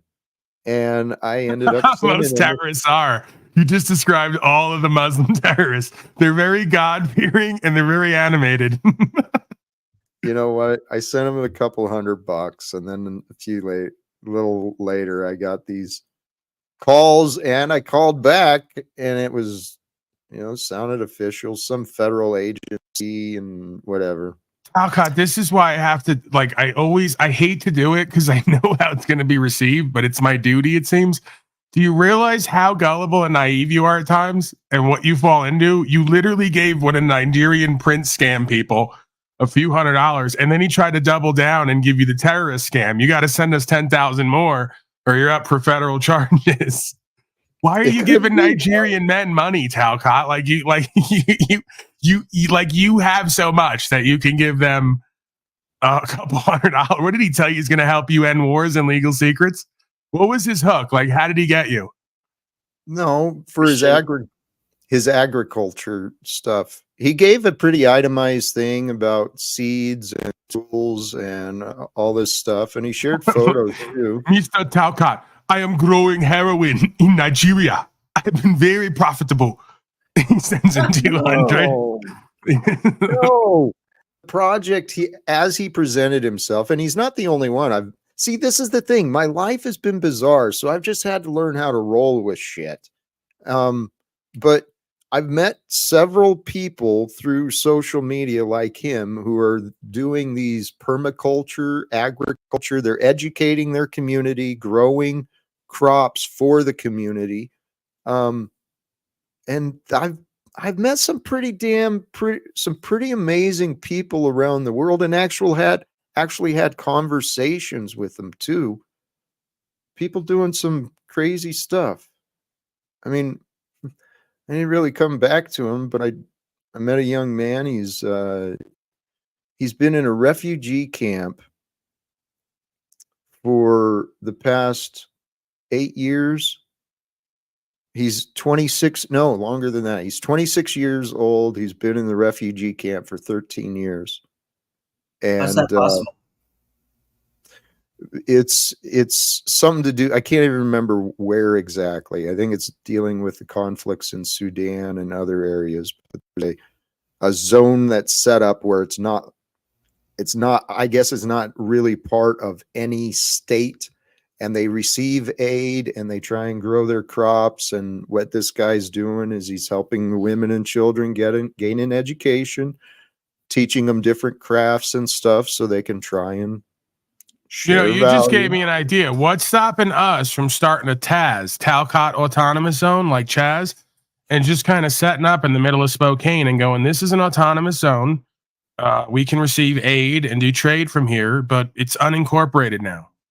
I am your leader, Jack Talcott. Oh, Paul. Hey, I allowed I'll give you an AK-47 like that one guy who was on the front page. I think we need to put Jack in charge of making sure Paul doesn't go to jail, and Paul in charge of Jack's checkbook. This kid, Talcott, this kid's obsessed with me, like going to jail. He goes, hey, bro, you have wisdom and knowledge. Don't practice it, just preach it, because you might go to jail for actually living your information. I go, I don't think you get what I'm doing. Well, dude, I mean, I've said it many a time. You have leadership ability, and these people on their channel, dude, a leader who fails to take the frontline position is not a leader at all. He's a hypocrite. That's what you don't get about on the ground or warfare or honor or loyalty or bravery. You don't understand any of that. How could you be a real leader if you won't get to the front and carry the flag? Leader. That's what I know. So you can't talk on leading activities. Wait. Talcott just had a fucking epiphany. Go ahead, Talcott, please. Give this kid some clarity. He's deep in his confusion. Please realize. I'm 15 years older than you, Paul. It doesn't matter. Age is no barometer of development and maturation. Go ahead, Talcott, please. Don't keep sniping at me. I'm trying to let Jack speak. Please. Hey, I want you to please consider what you're saying, because I disagree with you. You might have some insecurities or doubts or maybe some confusion, but I suspect the reason you have so much faith in Donald Trump is because you believe you're not a leader. Those are connected together. Right. It's a subconscious evaluation you've made of your self-worth and self-value. You don't lead and can't lead, so you gotta select someone else to do it for you. If it's not Paulie Unslaved, it's going to be Donnie Trump. And that you're idol worshiping, dude. Here, wait. Let's not disparage. Hold on. Let's not dismiss, right. and we're not disparaging. Let's discuss the facts, because that actually might also point to why you're offering a concern, or at least a pattern of attention on the possibility of Paul going to jail. You see I see the validity in what you're offering and the concern, but it's revealing your concern, your fear, and your fear is coming from the fact that you don't, for some reason, I don't want to presume, but I believe, you've found reasons not to trust yourself. That's the only reason you don't see yourself as a leader. You feel like maybe you've let yourself down, or maybe you've let others down. But we are all here. And actually, DeFreak, I've seen some of the ways you stand and you ask questions. You do have a way of leading yourself. So I encourage you to embrace that, not deny it. And then when you start looking at yourself, the good qualities of leadership that you know are within you, you'll see Donald Trump a little bit different, I promise. And you'll see me a little bit different, because a man is just a man. And at the end of the day, I can't do it for you. If you believe I can, I definitely can. That's I'm not asking anyone to do anything for me, but I recognize leadership when I see it. I know I'm not a leader. I know I have zero charisma. I know my position, and I know my role. Okay. Hey, okay. Sorry to interrupt. Any of that's all that stuff is pseudoscience, hogwash, nothing. Let's wait, please. Thank you for allowing the interruption. I don't want it to get argumentative. I don't want to be insulting. I want to honor what you said. You've not felt that pull. I get it. You haven't felt that pull or been placed in that position of being a leader. Paul has. He's found himself in that spot, right? Which way is that? There we go. However. Fuck, I'm so simple sometimes.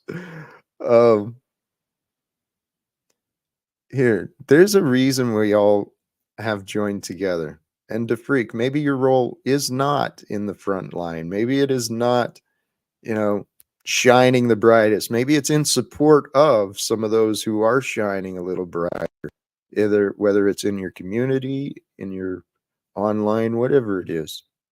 And here, Paul, the idea of the leader being at the front line, absolutely. But a true leader, avoids there being a line.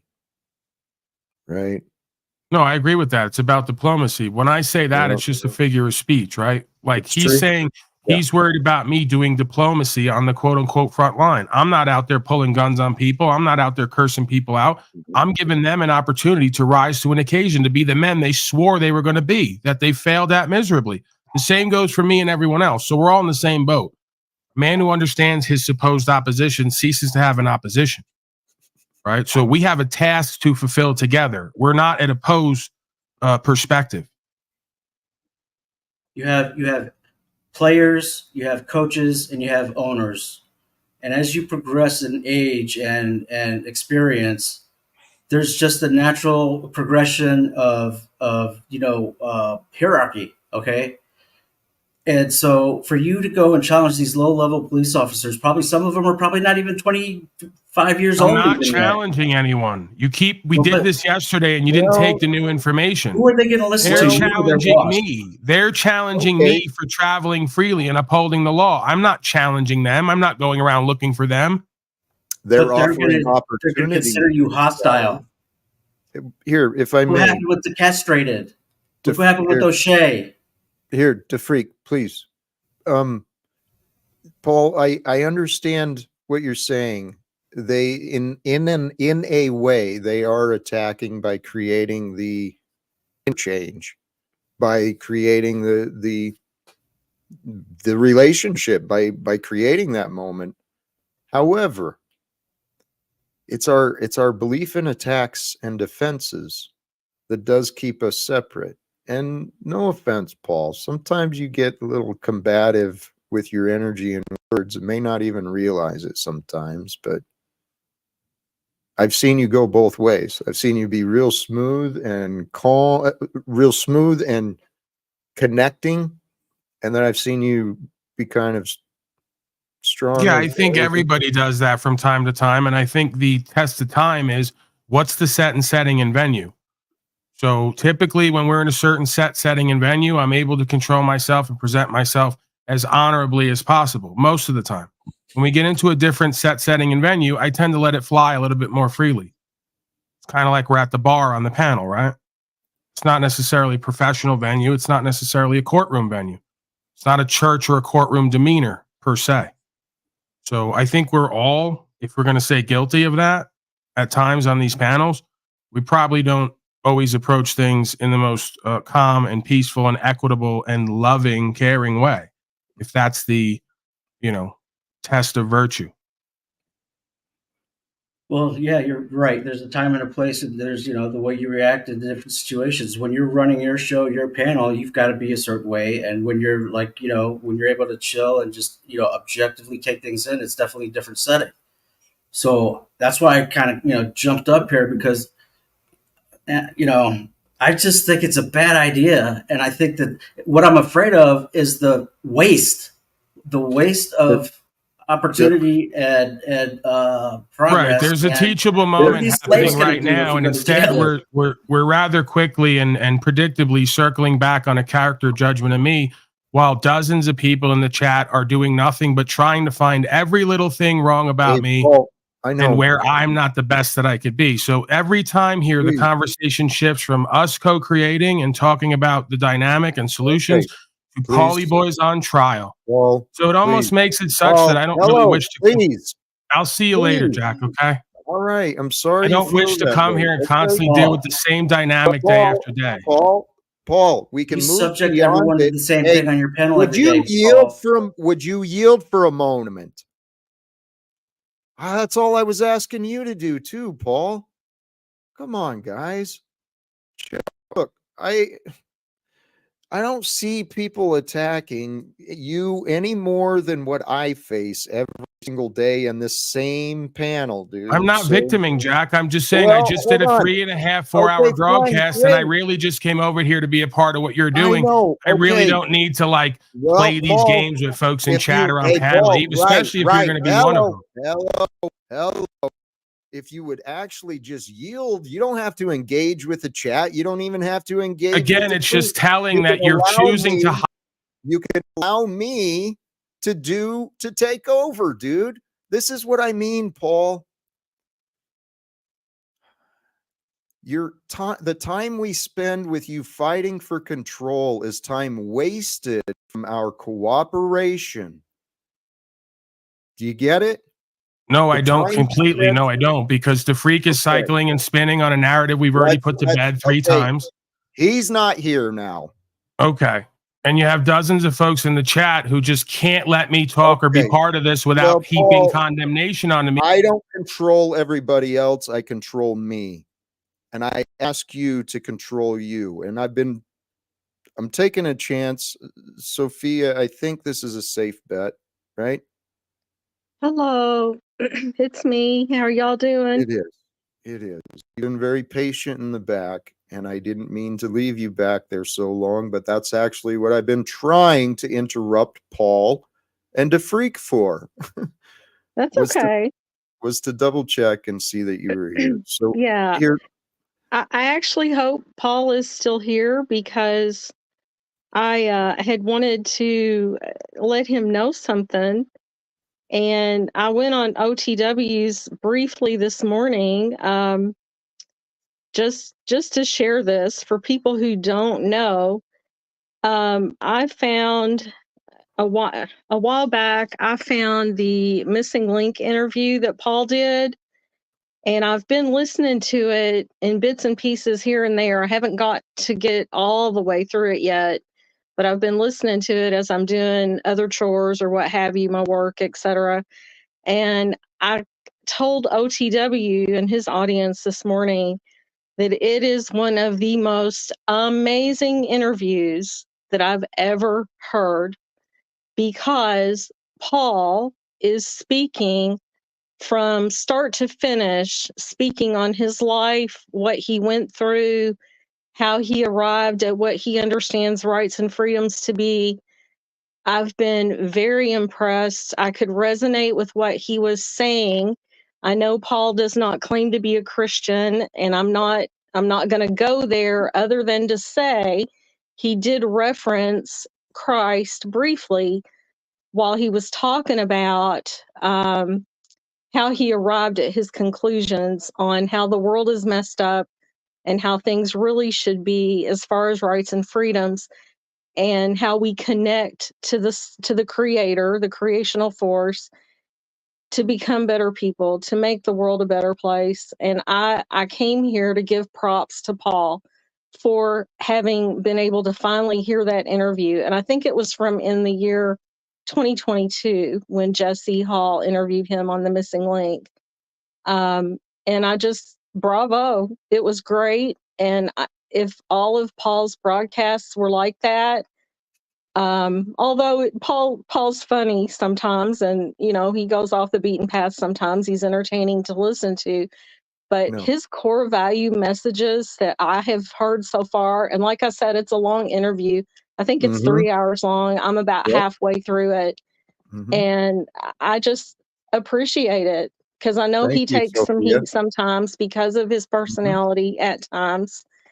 And, we just kind of sometimes need to come back to center, remember who we really are, not worry about the criticisms, not worry. And I got a lot of criticism this morning just for having tried to share that on OTW. Snafu came up and basically bit my head off, so I left. And I had work to do anyway. I wasn't going to stay on there long. Had I had time, I might have stayed on there and gone back and forth with him. Thank you, Sophia. Thanks. I just wanted, that's all I wanted to share. We don't need to fight. Like Paul says, we are all part of the same God. We're all God's children. We're all part of the good and the evil both. And we have to reconcile that. And for some people, it's going to be through not religion. People have me pegged as a religionist and a holier than thou, and I'm not. Yeah. Can we get back to Jack? Well, actually, I thought it would be a great opportunity, and thank you, Sophia. What you offered, that was in my opinion, the right thing for the moment, and I hope Paul was able to receive. When we get frustrated, when we get upset with each other, sometimes being reminded how good we are, it'll help us get beyond it. And I agree with what you said, Sophia. I think it was that interview. I think I learned of Paul through Jesse and looked him up because of what I saw and what I felt. I felt the what he was offering. I felt the truth in it. And actually, long ago, even on that darn Lauren de Laguna thing, I mean, I've gone back and forth on how I talked about Paul being good, but Paul's an amazing guy. I think we all know that. Browns boy, not interested in you today, to be honest. For the record, I think Paul's great too. I mean, he's got leadership ability.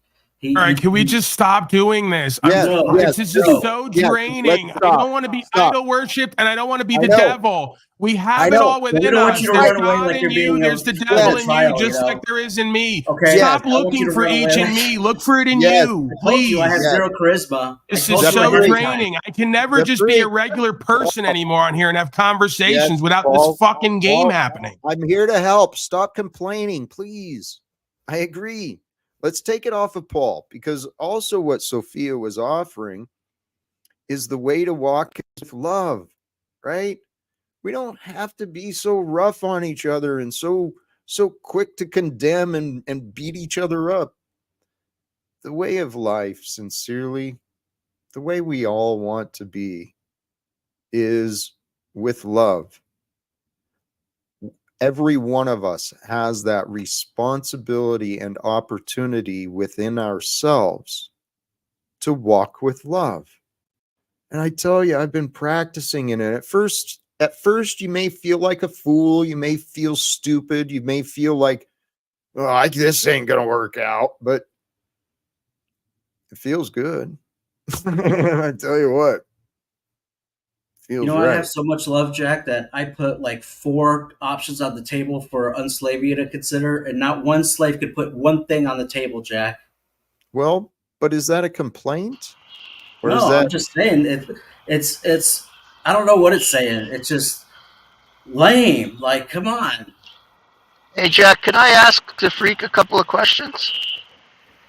Is my mic okay? No, it's staticky, but what is it? Okay, sorry, I'll fix it. Here. Keep going. Go ahead. Thank Keep you. going. I'll play with it. I just wanted to know, maybe the freak can help me figure out who I should vote for. I mean, we're gonna have Trudeau again here in Canada. I'm not super smart. I'm just a dumb wop, and I'm a Canadian, so I don't know a lot. But just let me just get through it first. Lou, no, it's not a Well, helpful. it's okay. No, it's okay. I've earned this, Jack. If he wants to be a greasy wop, whatever he said, I don't know. I don't want discuss opinions. I just want to about understand. Candidates. I'm part Italian, by the way, so. I just want to understand where his mindset is. Might help me, right? Why do you think that? What do you? I mean, I don't know, right? I'm just trying to learn from people, right? Lou, hold on, please. I wanted to. If you're going to speak up, you're going to put yourself in the center of attention, and in the center of attention, I want to offer you some helpful correction. Okay. Sure. You ask a lot of questions without really intentionally wanting to know. You ask questions because you think it makes you look smarter. It makes you sound like you're paying attention. It makes the appearance that you care. But I've experienced this, Lou, and that's why I interrupted this. I don't really care about. Okay, what about if I just keep it on the level and just ask him a couple of simple questions, because I understand that you, DeFreak, believe in the voting system, that it could get us to a better place, and I just wanted to know what brings you to that belief and what makes you think we need to get to a better place. Lou, why are you asking him? Why are you asking him, and how do you feel it helps with the topic of walk with love? Well, I don't know. I didn't know that was a topic. I just came in because I heard you were on. Yep. Okay. So, Lou, this is what I've been suggesting. I'm going to go ahead and mute you for a bit, because what I've been offering you to consider, Lou, is that you actually don't pay attention as well as you think you do. I know that you've not been listening to me as well as, well, I know we haven't communicated properly, but along those lines, please, Miss Scarlett. Can I answer the... You want to answer his question after? Yeah, I want to answer the question. The answer is yes, I think Donald Trump should be the president of Canada, and forget about the wall, build the temple. DeFreak, you're not listening to me either, are you? The president of Canada? What? Is that what he said? Actually, I don't know. I don't even know any Canadian politicians except Trudeau. So, like, his questions I would be like, I don't know.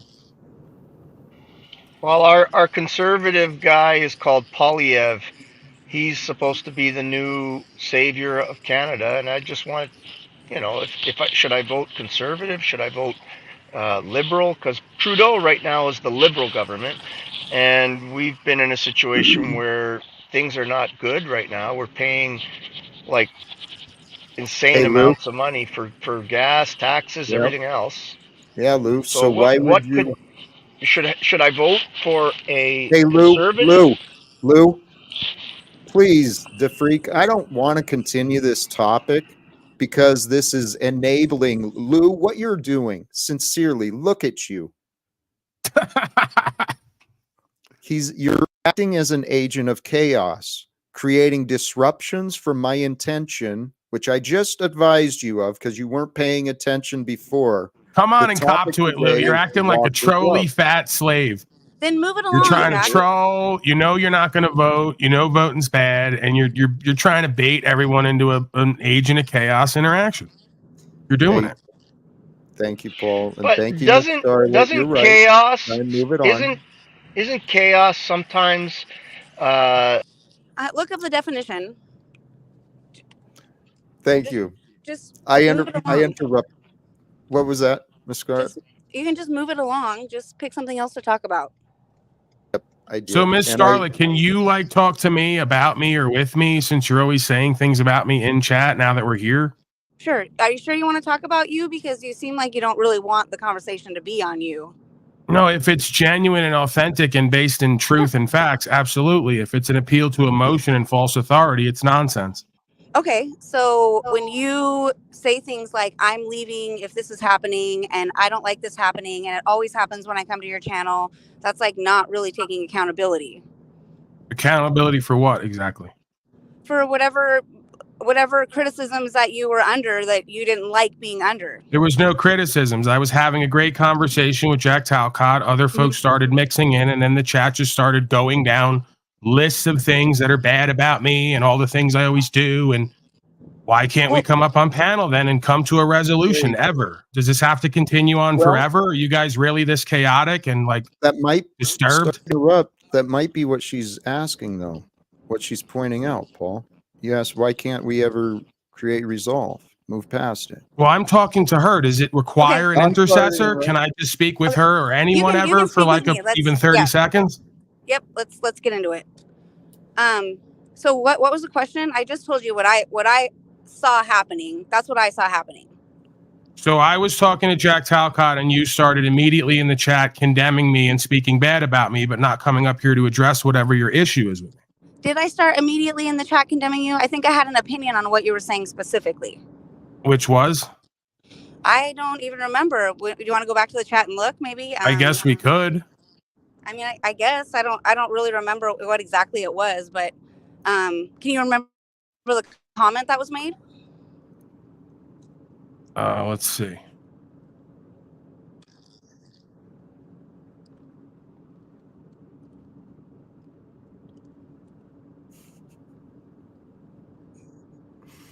It's kind of counterintuitive, huh, Jack, on a live broadcast to now go through the record because she acts like she doesn't know what I'm talking about and it has to be told her directly. I don't know which comment you're talking about. You asked for something specific. I can't give you a specific answer. I don't know exactly what you were talking about. So the times I've listened to you, which have been only a handful, I'll admit, you seem to have a mentality of you're going to tell people the truth based on your opinion, really, is what the truth is. Well, it's my experience, yeah. Right. So it's not really the truth. It's like your truth. And a lot of times it's cutting people down or putting people in their place. And I just feel like that's not really somebody that's healed. That's somebody that is using any excuse to still be an asshole. Okay, so you do remember what you said, because this was the memory I had of the comment was it's always something negative with me. Oh, is that what I said? Something along those lines, yeah. So what you're saying now aligns pretty much with... Well, she also said, I can't believe anyone would see Paul as hostile. Right, she's a double-minded person because in one sentiment she's saying I'm that was sarcasm. No, that was sarcasm. That was sarcasm, right. So more disingenuous sarcasm, right? More negativity while she's claiming I'm being negative. Paul, I mean, I felt like you were being negative. That's why I said you're being negative while claiming I'm being negative while talking to Jack Talcott about something not negative. Do you see the hypocrisy in the loop? It's like a enigma wrapped in a riddle. It's so crazy. It's really not that crazy. You could have just surrendered to the moment and allowed me and Jack to have a conversation and not project yesterday's news onto today's interaction. Why are you having a conversation on YouTube if you don't want people to comment on it? I mean, for God's sakes. Again, I'm not saying I'm not open to the platform and what it brings. Are you open to accountability the same way you want to bring false accountability to me? What am I not being accountable for? Can I please? I'm not upset. What am I not being accountable for? I know you're not. I respect and I appreciate both of you, to be honest. Okay. But I think in this case, Paul, I'm leaning with Miss Scarlett that you do have patterns of negativity, that you present things that exaggerated, that, there's rooms for improvement here.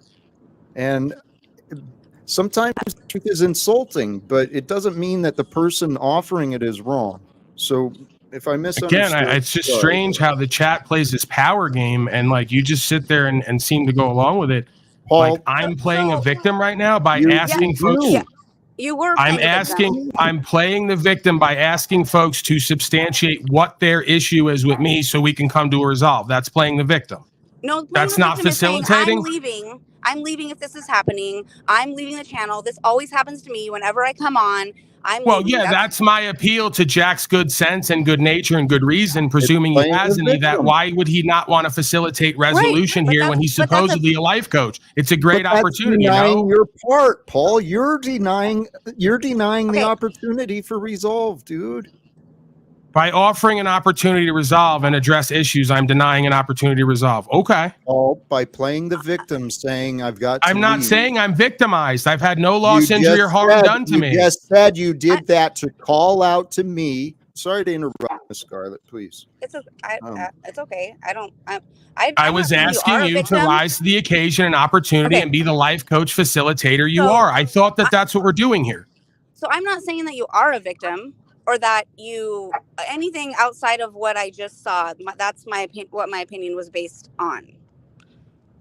I wasn't like saying in your life, in your day-to-day life, whatever, like however you read it. That's not what I was saying. I was saying that the comments that you were making and the way that you were backing out of what was being said by saying this always happens to me every single time, I'm leaving if this is happening, that is a victim mentality. No, it's not. It's pointing out a dynamic that's gone on here for a year and a half, that I can't even come here and share who and what I am and my experience and have a normal conversation without it becoming this. Because there's so many folks in chat with grievances, and then Jack gets pulled away from the conversation into the emotional appeal of the grievances, and he starts highlighting comments and taking it away from a positive experience into a negative one. You're describing yourself. Okay. Right now, okay. This is so that's you pretty much. You're giving me that's you, where you have no accountability while claiming I have none. Paul, remember the words. In every accusation, in every criticism, it's self-criticism. Okay. Right. You're the one who's feeling moved to point these out, to expose these. No, you were moved to highlight the comments and take away from our conversation into a negative chat projection. I know what you were talking about, but I'm pointing out your reaction, highlighting what you chose to find offense with, what you chose to find as a problem. So that's okay when you do that, but not okay when I do it? Paul, that's not what I said. See, you're there seems to be a double and triple standard going on here. No, so Paul, yes, you're demonstrating a double standard, Paul. Wait, I want to apologize because admittedly, I came into the conversation late and I made a judgment based off of what little I heard. And so I might not have known exactly what was being said or how exactly. Right. That's the truth of the situation is you got a lot of folks with you got a lot of folks with grievances and resentment in their emotions who are Can I just finish? Because you're reacting right now. You're being reactive. You seem a little insecure and reactive right now.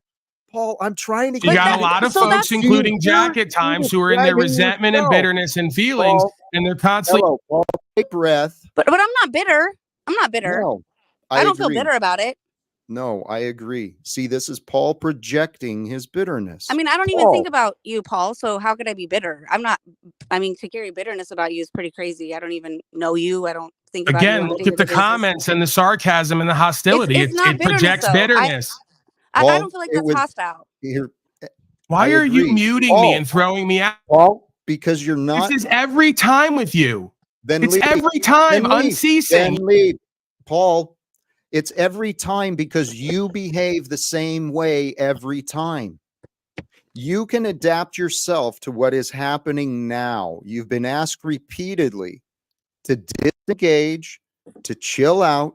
We can have a conversation peacefully in the moment. You're not allowing me to have a conversation with the woman. You keep interjecting. I'm not allowing. You keep ganging up and interjecting. Oh, you're so no, you're in a falsely empowered group dynamic. And I'm not disempowered. I'm the one here with myself speaking my experience.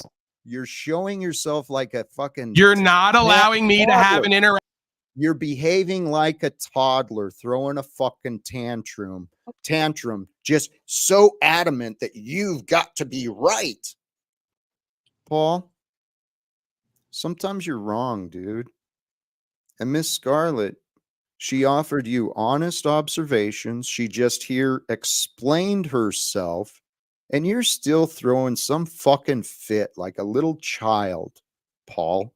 Well, I don't want to be pointing out what is disrespectful about you. I'd much rather be highlighting your ability to cooperate and your ability to communicate effectively with those you're around, Paul. Well, I want Paul. Okay, so I didn't just disagree.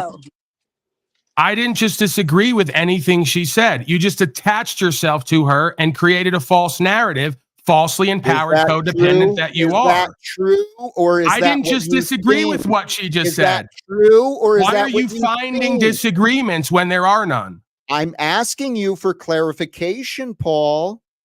The clarification is I was having a back and forth with her, and you can't help yourself but to interject with your emotional appeal and defense mechanisms. Okay, well, Paul, do you believe you were offering a polite back and forth or a real? Is she complaining, or are you complaining for her? I'm asking you, Paul. I think that we were having a fairly equitable exchange, being as how we came into this. We were coming to some place of resolution, and once again, you won't allow it. Jack, you make peaceful resolution impossible, so you make violence and revolution inevitable.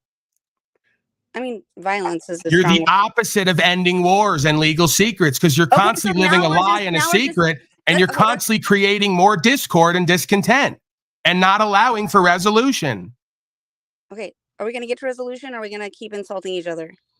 It's not insulting. It is insulting. That's insulting. Take it as insulting, but we're speaking on what our experience is. If you're insulted by it, you're probably triggered by the truth you don't want to. I muted you. Okay, Hold okay. on, please, I muted Paul because what I wanted to point out is his behavior is insulting. Your behavior is insulting. No, Paul. I think the Sorry words for that the he's interruption. using is insulting. And your insult to my intelligence by bullshitting and gaslighting is insulting. Are you talking to me? No, I'm talking to him, the interjector, who won't allow us to have a back and forth, because he's got to be the center of attention and constantly be the last word on everything. Hear how he's Even though describing he's wrong himself? the majority of the time. Ask his wife and child and coworkers; they'll tell you. Okay, so that's what I mean by insulting. That's what I mean by truth. That's the truth as you know it. That's the truth as he's put it forth. Nope, I don't think you put it forth like selective that. memory, Paul. That's your false narrative that you've been looping and fighting to prove. But your selective memory, it correlates with the one you put forth about them. It's one for one. It makes. So, Paul, back to, I'm sorry I interrupted, back to the topic that was your behavior is insulting, right? What you're offering is insulting, Paul. I thought his words were insulting, not the behavior. His words. I'm sorry. Sorry, Miss Scarlett. Your words were insulting. And that's a choice to perceive my words that I'm speaking truthfully as insulting. That's so what do the facts show? Jack, shut up. Not a fact, that's feelings. You can't even control yourself. He's on his own broadcast and can't even control himself and allow the conversation to go where it needs to go. So I think that when somebody tells you the way that your words are making them feel, like you saying that, that's perception and that's you feeling, and like that's like just talking out of actually being kind to other people. Again, I'm not saying that I'm not always the most kind and polite person.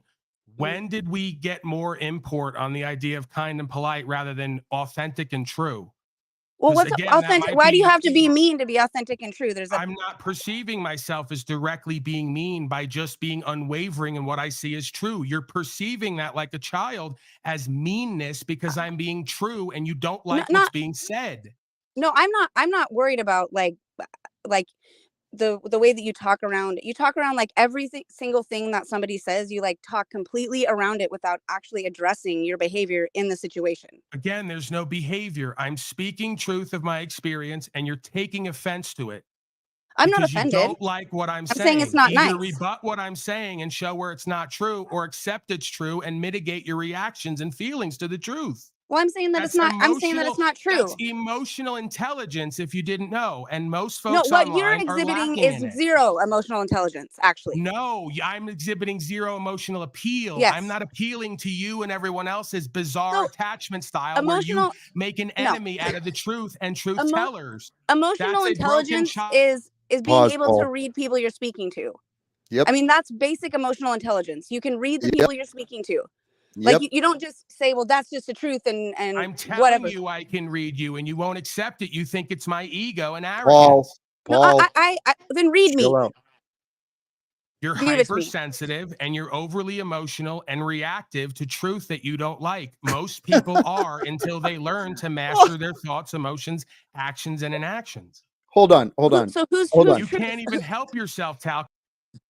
Whose truth are we dealing with? I don't know whose truth we're talking about. He was offering his opinions of you, his analysis of you. I mean, he was right about some of it. Really? I wanted to offer an experience, observation of what we've been experiencing on this stream. He's absolutely describing his own emotional, fragile state. Miss Scarlett, thank you. Thank you for your honesty and your strength and compassion. Thank you. You're gaslighting her and manipulating her to try to agree with you. He can't gaslight me or manipulate me. This is not possible. He can. I'm not demeaning your intelligence and experience. I don't know you. I'm getting to know you. I'm saying what his common theme and what he does is in his ways and behavior. You just said you had your own mind and your own opinion, and he just tried to get you away from that by appealing to your emotions again. Well, I mean, I don't disagree with him. I do think that you're overly emotional, and I think that you're reactive. I'm responding. I'm not reacting, and I'm not talking from my feelings and what I don't want to be true. I'm describing what my experience is, and I'm not hearing anybody contend anything differently. They're just posing their perspective back to me. So how do we gauge what the truth is? Like through our feelings and experiences? With the results of our life and what the patterns and behavior shows and the record. See, he says no because he doesn't want to be able to be held accountable by the facts in the record. Hey, Paul, I want to be speak for me. Hey, Paul, don't speak for me. He wants. No, that's a false representation of me. What I was shaking my head about when you offered results, Paul, is see, you have the materialist mindset. You claim to walk with a Christed mind, yet you are a very selfish and bitter man. I have to go to class. Do you want me to step out or what? Well, no, I just have to go to class. So if I'm a materialistic man, hey, Miss Scarlett, but I'm down to continue it anytime. I mean, anytime. Miss Scarlett, what? Thank you. Thank you. Yeah, you're welcome. You share. Yeah, no problem. And you should thank Paul too. I mean, he gives. I will. And valuable. Yes. Thank you. Absolutely. He'll relay the message. He's the cult leader intercessor, so everything has to pass through him. Well, I figured you wouldn't give her a chance to talk. Let me shut up. I know. You figured a lot of things about her experience, another mansplainer who pretends to be for women while you show you're abusive. You're proving me right. Go ahead, Miss Scarlett, if you want to say anything. I'm good. I mean, I like the word mansplaining though. I mean, I'm down with that. Okay, I'm gonna go. You guys have a great night. It was nice visiting with everybody here. Thank you, Miss Scarlett. Yep. Yes. Hope to talk to you again soon. Miss Scarlett, I'm open to it. Maybe we do it on my panel where there's no cult leader intercessors, and we can just down have to come to your panel back and forth. I'm down. I'd love to see it. I would love to see it. Thank you. Have a wonderful time. Enjoy class. Bye. Thank you. If I'm such a materialistic person, Mr. Talcott, why did I leave a successful job? Why did I walk away from it and go live in a tent while you continue to squat in a house you can't afford? Who's the materialistic, shallow person, Mr. Talcott? Who keeps going to those as though those are the only results that matters, Mr. Narrow-minded, looping, egoic. No, Paul, I'm offering facts. You want to refuse the facts through your accusations and your narrative, but Paul, it doesn't change the facts. Hey, Rob G, thank you. Yeah, I know. This is what Paul gets. He lives in his world, and I live in my world right here, and now we are sharing our worlds together. It doesn't have to be a miserable experience arguing and fighting with each other. Really? I'd love to see us work towards that. I think that between the both of us right now, you seem to be the most reactive and combative and insecure and fearful. I'm not displaying that at all. You should play it back. You should play back the tape because I disagree with you. You are by far the most reactive, most combative. You get stuck in power games because you won't disengage from same it. disagreement. And when someone is willing to help them, you want to disappear them because if you need them to be you like a god or be afraid you like a devil. Me, I don't care if you're a god or a devil. It doesn't make a difference to me. So you want to stay away from me because I don't want to play your game, play the game your way. I'm confused. Here, let's not project. I had to stay away from you. Sorry to interrupt you, Paul, but I'm making your defense, okay? Why do you have to constantly speak for everyone else? That's because Paul, I seek resolve. You seek victory. All you seem to give a shit about is being right. Paul's truth, Paul's rights, Paul's freedoms. And you know what, Paul, you are a guest here with me. I've invited you to cooperate. Dude, I've asked you to yield. I've asked you to back off. I understand Hank came in, but what Hank pointed out to you, Paul, was facts. Go back and look at your behavior and what do the facts show? The facts are showing once more again today, emotional. See, you can't even let me finish, dude. Maybe it's because I keep cutting you off. I keep cutting you off because you don't show respect to others, Paul. Let's give him 30 seconds. Yeah, maybe the reason that I'm becoming a bit reactive while you're all extremely reactive is because you're cutting off my legs and cutting my tongue out metaversally and playing passive-aggressive power control games. That's an exaggeration, Paul. You couldn't even give me more than 3 seconds. It's incredible. Why should I sit here with your lyings and your juvenile exaggerations, dude?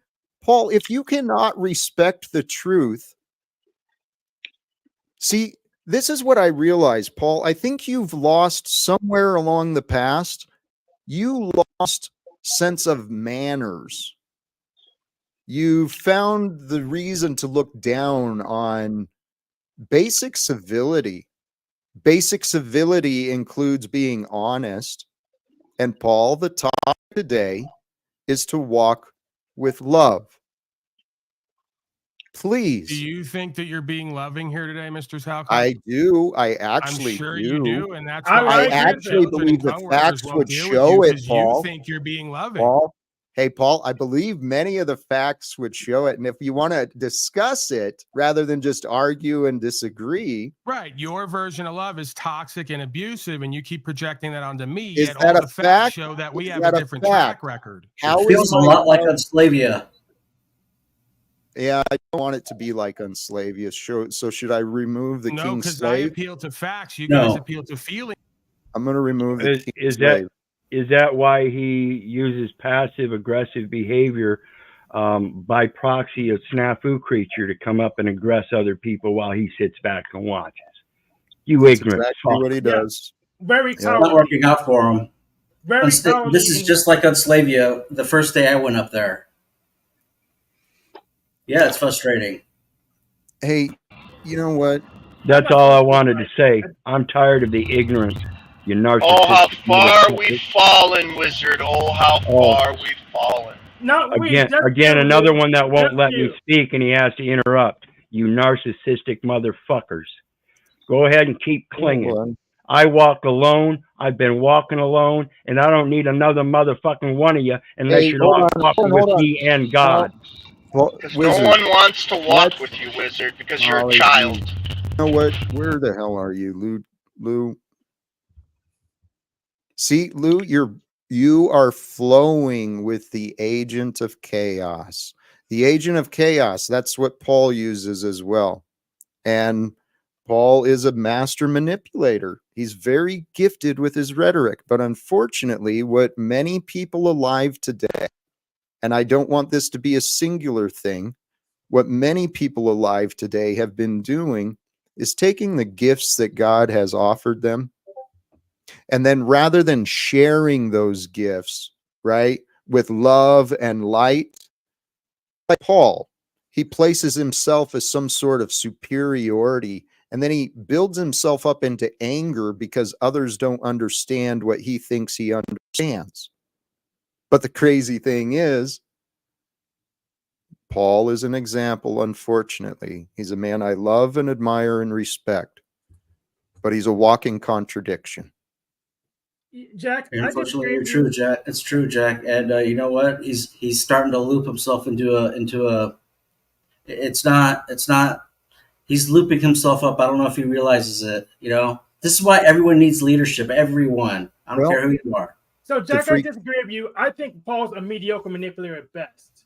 All right. Because otherwise he would be able to get there's times we all have layers of quality, and every perspective is different, and different times bring different things. What the Freak was saying, this is why people need leadership. Yes, in some aspect, and mostly, this is a sign that people need community. people get into these conditions and these patterns of fighting for control, fighting for domination, fighting for wealth and power, because the past they've felt alone. And people continue those patterns even when they're not alone, just because, well, that's how the ego works. Yeah, but there's no need to continue in meaningless fights you can't even win just because you're mad that you're a lesser chaos agent. Just cut it off. Just knock it off. No point. Well, what I've come to know, honestly, is love is how we want to live. Love is the way. Welcome, Sofia and Tarek, both of you. Back, I guess. Yeah. Yeah. Excuse me. I just came back to say that the interview that I was talking about, that I said I'm only halfway through because I think it's like 3 hours long. That interview, Paul presents completely different to me than what I've seen over the past year or so. And of course, in life, we're going to change, like we're going to grow and become different as time goes on. But I think that was the real Paul, that interview that I've been listening to. He was humble, and he tried to exhibit humbleness a minute ago because he said, you all stop talking about me. I don't want to be, don't put it on me because you need to do it yourself. And he's right. We each need to do it ourselves, within ourselves, as far as walking right and living right. I just think it's sad that it's came to this, all of the insults, and it's not just in Jack's chat. Everywhere I go on YouTube, it doesn't matter what channel. Well, there's an exception of a few where it's pretty civil, but a lot of the channels, it's like elementary school. I'm like, seriously? We're adults. Why in the world are all these insults being thrown around, and we don't even know each other in real life? We're not walking side by side with each other every day. We haven't walked in each other's shoes. Sophia. We don't know each and every thing. So why are we being so cruel and hateful? I'm sick of it. And I've stepped away a lot. Sophia, but please. Sophia, yes. Thank you. I don't mean to interrupt you again. No, that's okay. I'll be quiet. I do have answers to what you were saying. The why it happens is because that's what we've been taught. It's the way the world is right now. But also, I got a note from DeFreak. He was trying to offer something, it looked like. Yeah, this is like 30 years of Jerry Springer, but there's something about broadcasters or podcasters or whatever. There's a phenomenon that I realized with Darth Dawkins. I don't know if you know who he is, but he's a Christian evangelist, kind of, ex Catholic, now Christian, trying to bring souls to Jesus. Well, the thing is, the ego of the broadcaster has to. It's a branding ego that if you're wrong, it hurts your brand, and so you have to protect that at all costs. And I just want everyone to know that is kind of a factor, no matter who the broadcaster is. Thank you, Chad. No, only if your brand's being right. If your brand's improving, then it's okay to be wrong. I'm just saying it's a real phenomenon. Yes, I agree. It is a real phenomenon.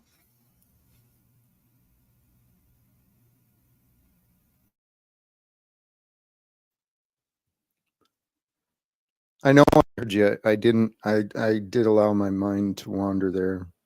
These silly comments. Onafe, you're certainly a Paul supporter. God bless you for your loyalty. However, you feel free to leave rather than sit here and complain and try and paint me as the one who's wrong. I've already explained myself. The viewer didn't come on in opposition to Paul. Paul started out on the panel bitching about people in the chat. And just because people in the chat were pointing out his arrogance and his victim behavior and his contradictions. So, Anafe, what I suggest to you, start learning for yourself. Care about what is true over the personalities that you might have chosen. Okay? And actually, DeFreak too. DeFreak, I offer that to you as well, please. Donald Trump is a personality that I know he's reached the hearts of many people I like, many people I admire, many people I love. They've fallen for that guy, Donald Trump. So I figure there's got to be something good in him that I know I see the good. I see the good because I care about the people who support him. And I understand the people who I care about. We got to get ham sandwich right theory. Well, you know, it's not about him, the person, Donald Trump. It's about getting that temple built and getting the F out of here. That's what it's all about for me. You know, just all so right. you know, Well, Jen. here, beautiful. I'm focused on the good part of the revelation. I mean, I mentioned this in the stream earlier. A lot of people want to oppose me and my ideas because of what's written in a book, right? Well, the book is great. I believe God through free will, all the teachings and everything that's been offered. I believe God has allowed us the opportunity to do what we want. And what I want to do out of this, I won't deny this, but I want to focus on the end that we want, the triumph of the good, the return of the love, the return of Christ. It's so simple and obvious. It's always been in front of our face. The return of Christ is the return of love to our life. When we return love to our methods of commerce, love to our methods of administration, and protecting the peace, when we start returning love to these things, well, we sure as hell will not be knowingly enabling lies. We will not be allowing corruption to continue. Because when love is ruling, truth reigns supreme. And all truth comes from and through and, well, it's for us. All truth is for us, not individuals, not small groups. Truth is for all of humanity. Love is for all of humanity because we're all in this together. I took off there on a rant, but DeFreak, I do believe that we can become the return of Christ. Walking in the spirit of love that he taught, he showed. Walking in the way of Christ, walking in the way of love. That's the topic of this stream. And I'm encouraging brothers and sisters, I'm here spreading the live without fear message. This is inspired from the teachings of Christ. The way to live without fear is to walk with love through the moments of fear. Well, as far as the Bible goes, there are certain specific events that are laid out for us. So we can apply all the love that we want. It really isn't going to matter because, you know, he's going to have his way no matter what. So we could try and work within those parameters, but we're not going to change them. Let's get clarity on them, right? Because you're right. Everything works through God. God reveals the way for us through the truth. God reveals the results, shows us the opportunities. We can only deal with what is true. So what we want to do is always seek the truth. Yeah. So the freak, well, it's not specified when it's going to happen, and it doesn't specify that we need Donald Trump to do it. In fact, the thing is, I represent the world as close as it is now. I don't need to end it. So I don't have no reason to rush to end the world. Maybe we can end the wars instead and have a good enough peace on earth already. If you look at Daniel 10 through 12, and probably one of the most difficult parts of the Bible to actually interpret in terms of the end times prophecies, Donald Trump has literally everything it takes to fulfill those prophecies. Mm-hmm. And so to me, this is an opportunity. Right. If you really don't like this place and you want to be in the heavenly place where love is the currency, quite literally, then you kind of have my worldview, and that's that's all I can say is that's where my point of view. I'm not saying it's for everyone, but I'm at least laying out my point of view clearly. I want to fix my home. I'm not convinced heaven will be good enough for me. I want to fix my home as is now. Maybe then send me a postcard, find out we can end divorce. Hello. To walk in love is to experience heaven. Heaven can be found in the here and now, in the present, where we are. We are here to bring the heavenly energies of love, the divine wisdom that flows through us, through our gift of consciousness. We are here to bring the energies of divine love and wisdom to the earthly realm so that together we can unite as, right, children of God, peacemakers here on earth at this time. The Bible's very clear on this stuff, but for whatever reason, Christians just focus on this end times and the Antichrist and the hell fear and terror. And this book is about love.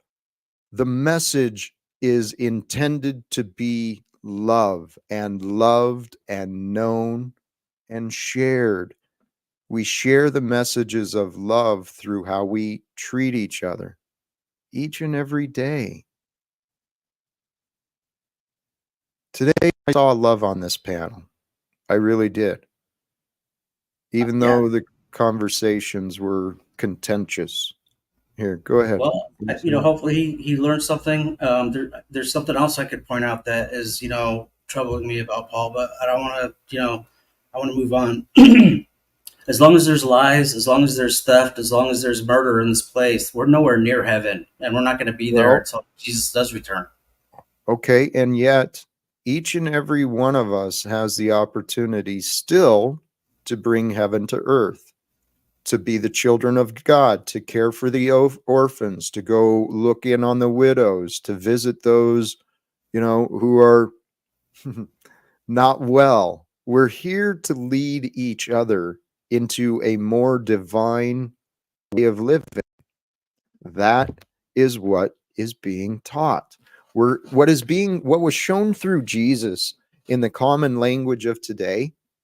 Jesus showed a man who knew and understood common law, natural law, which really is the underlying philosophy of what Paul is teaching, except Jesus did it with kindness instead of anger. Natural law is do no harm. And we can do no harm to each other. Oh, this is well into the stream, but this was the thought I remember. We spend so much time in this life focused on what we don't want to do, right? And what we don't want to do, what we don't want to happen often comes right into our face. But here's another way of looking at the same idea. Focus on what you want and what you want to not do. I want to not experience a world of corruption. I want to not experience going to jail. I want to not experience becoming homeless. So, doesn't mean that those things will come true, but I don't worry about it. I just know, hey, it's something I don't want to do, but doesn't mean I can't. And it doesn't mean I won't. It just means I don't want to. Or I want to not do it. Sorry, that's the correct way. See, I'm correcting myself. Well, you're very thoughtful, that's for sure. I appreciate that about you. But it's that old platoon line. There's the way it ought to be, and there's the way that it is.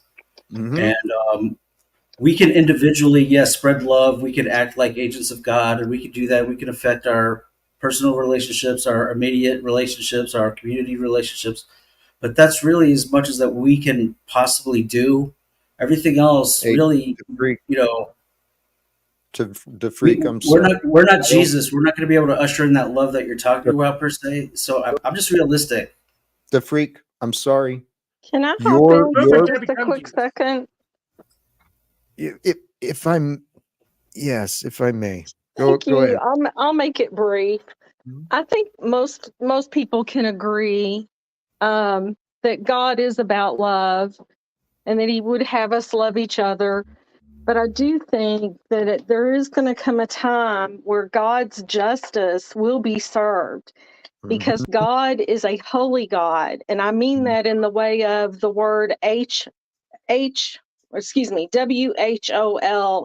whole / holy. And God will not put up with this nonsense forever. He just won't. I agree. The things that happen to children, the murders, I mean, we could just list it all of the corruption, all of the horrible things. There will come a day of justice. Yes. And I think that all that has been hidden is being revealed. And today is the day that we get to make our choices on who we're going to serve. And I'd rather make that choice today than later. Thank you. Hey, thank you, Sophia. And here, DeFreak, back to your words, I wanted to offer back to you that I don't accept your limitations. I'm more in line with what Sophia just offered. Okay. And I actually believe that, well, the way to walk with Christ is exactly what I'm talking about today. Now, I'm not perfect. I'm working on this just like everyone else, but I'm consciously and intentionally trying to focus on walking in love. And to walk with love is the way of the Christ, and love is perfect. When you feel the love of Christ with you, there's a perfection. There's no complaints. There's no worries, no disappointments. There's no judgment. There's just love and joy and gratitude and opportunities. Because when we align ourselves with the love of Christ, we feel the relationship, the wisdom, the knowing with the Father. We know with the Father, the evidence is in nature. With the Father, with the creation, the forces of creation, all things are possible. Hell, if you believe in Jesus, with God, you can even overcome death. So if you can overcome death with the power and the grace and the will of God, the love of God, if that can be done, why can't you overcome your resentment or your shame? I don't have any either of those. Not you specifically. Sorry to freak. Not you specifically. Oh, okay. I'm sorry. No, I'm sorry. Yeah. Guilt and shame and regret, those things, they keep us away from our feelings of love. And guilt and shame and hate and all that stuff, they come from the past. God is the future, right? The only way Satan can have any control is from that which is already created. And we only learn of what was. So while we're always looking at the past, there's already been the opportunity for manipulation. In our minds, we can get corrupted. We can start believing that that limitations are real. But to Freak and Sophia, sincerely, you said it. Today could be the day. Every day could be the day. And I am a man whose faith, I'm all in. I'm counting on miracles. I mean, I'm prepared for the worst, but I'm not denying myself the potential, and I'm pursuing the goals to create for miracles to happen. I love that. Through me, specifically, to Freak. Well, it can happen through you have to all know of us. Jesus Christ Like first, though. God can use anyone He wants to, any way He wants to, anytime that He wants to. And I'm suggesting, if we're willing. Yes, I would like to answer a question to Sterling Ray in the chat. Not me. She says, God doesn't love little children who are being tortured for, and I'm not going to say that word. I understand what she's saying, and that hurts my heart. It breaks my heart because I know that that's real. But I can promise her, because I see her type that a lot. I can promise her God will make that right someday. He will. That day Sophia. is coming.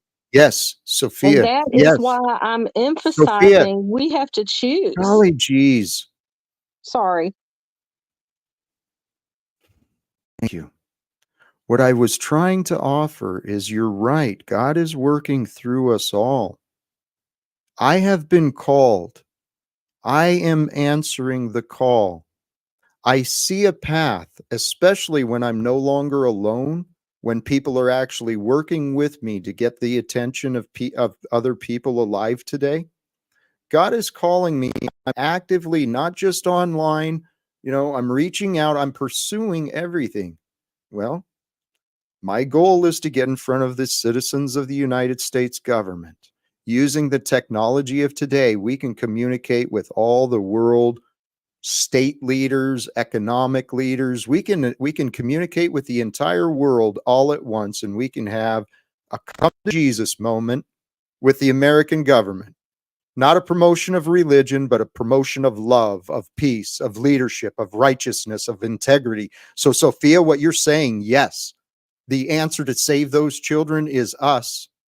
There are opportunities when, and here, Mr. Paul Unslade, recognize your part in this real life saga. When people start taking me more seriously, the chances of this happening are much more realistic, obviously. But see, this is the amazing part of this game of life that I was talking about earlier. This life we live is a game created by God. If we don't believe we can accomplish something, guess what we'll do? We'll find excuses to prove ourselves right. When we believe we can accomplish something, we will find the tools, the knowledge, the resources, the ability to do what we've determined to do. And brothers and sisters, I don't know how friggin' clear I can get. Supporting me is actually a roundabout way supporting you and everyone you care about. And I'm not asking for money, not so much at all. I won't deny what anyone offers, particularly if it's helpful, but brothers and sisters, peace can be found. And don't take this wrong, okay? The book is a book. I honor the wisdom. I pray godly.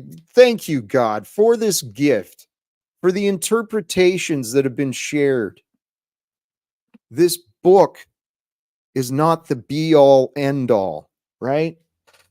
It doesn't, I don't let,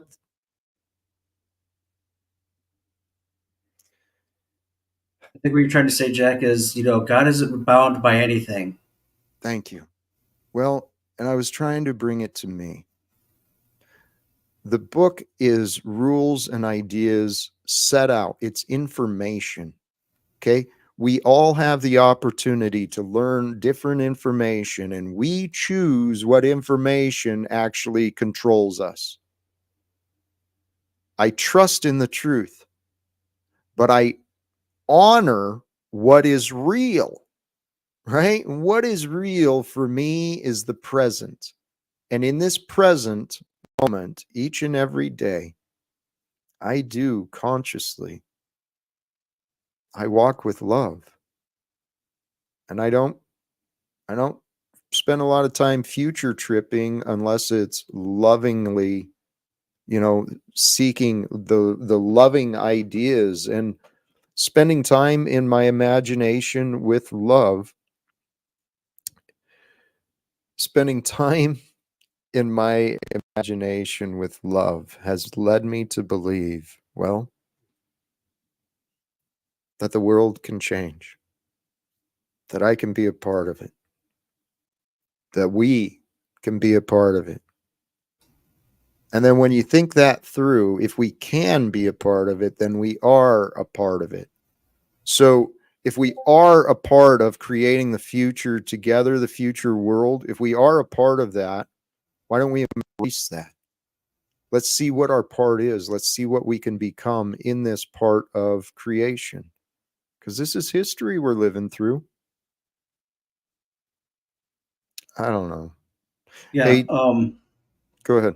A lot of times when we newly discover and actually feel and understand and it becomes real to us, the love of God, some things can get a little bit we can get a little bit delusional or kind of like love drunk, I guess you could say, because I went through that too when I was like first a baby Christian. So we have these ideas of things and just how wonderful the love is and stuff, but God still honors his own word, and we still have to learn from that. And the word is his thoughts in a lot of ways. And so we have to take that all into account. And we certainly have to take in our responsibility for our interpretations of anything that we discover. So I'm going to wrap this up. DeFreak, I want to thank you. There's a bad guy in the back I was going to bring up, but he chose not to stick around, or I guess I waited too long. Unresolved disagreements are continuing with Mr. Paul Enslaved and I, but DeFreak, I am about to wrap up, so thank you. Anything final? Nope. Thank you, Jack. Respect. Appreciate you. Lou, I appreciate you too. I don't see the value in bringing you up, though. I'm going to wrap this up. Brothers and sisters, the idea today, sincerely, we had some great conversations, and I sincerely want to thank everyone who participated. This is life. And Mr. Paul Enslaved and viewers, please, let me be clear. I honor, I respect, and I care about Paul. I don't believe that's a secret. I mean, I think there's plenty of evidence for that. But in the relationship dynamic between Mr. Paul Enslaved, one of us is right, and one of us has been a problem. I haven't been a problem for Paul. He paints me that way, and he paints me as a problem for my family and a lot of other people he's never actually spoken to.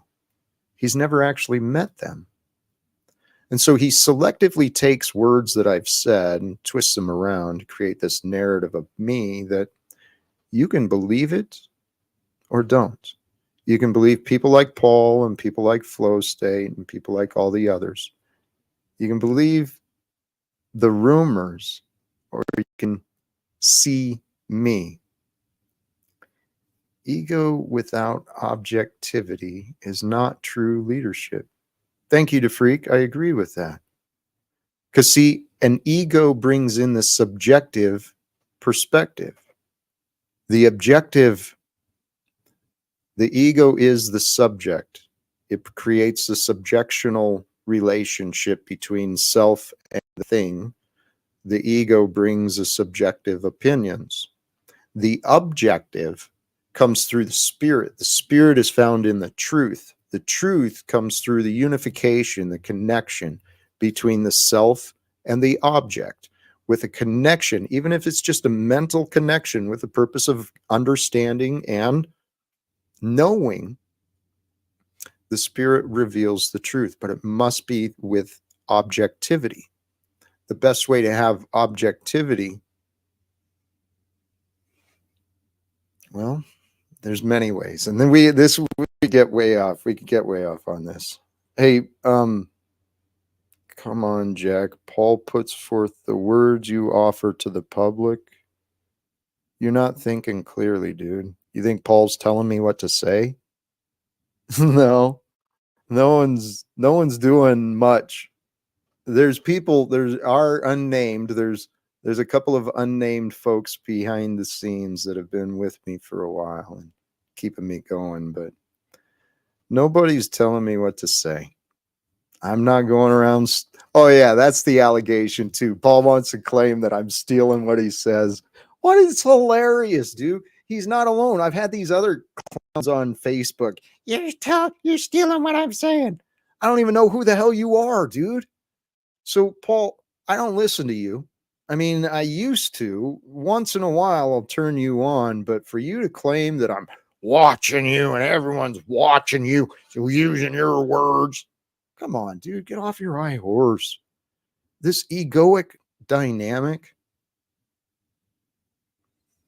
objectivity, the surrender to that which is real, the surrender to the moment. See, in the moment, in the presence of God, with the presence of God within, to know the presence of God, look for love.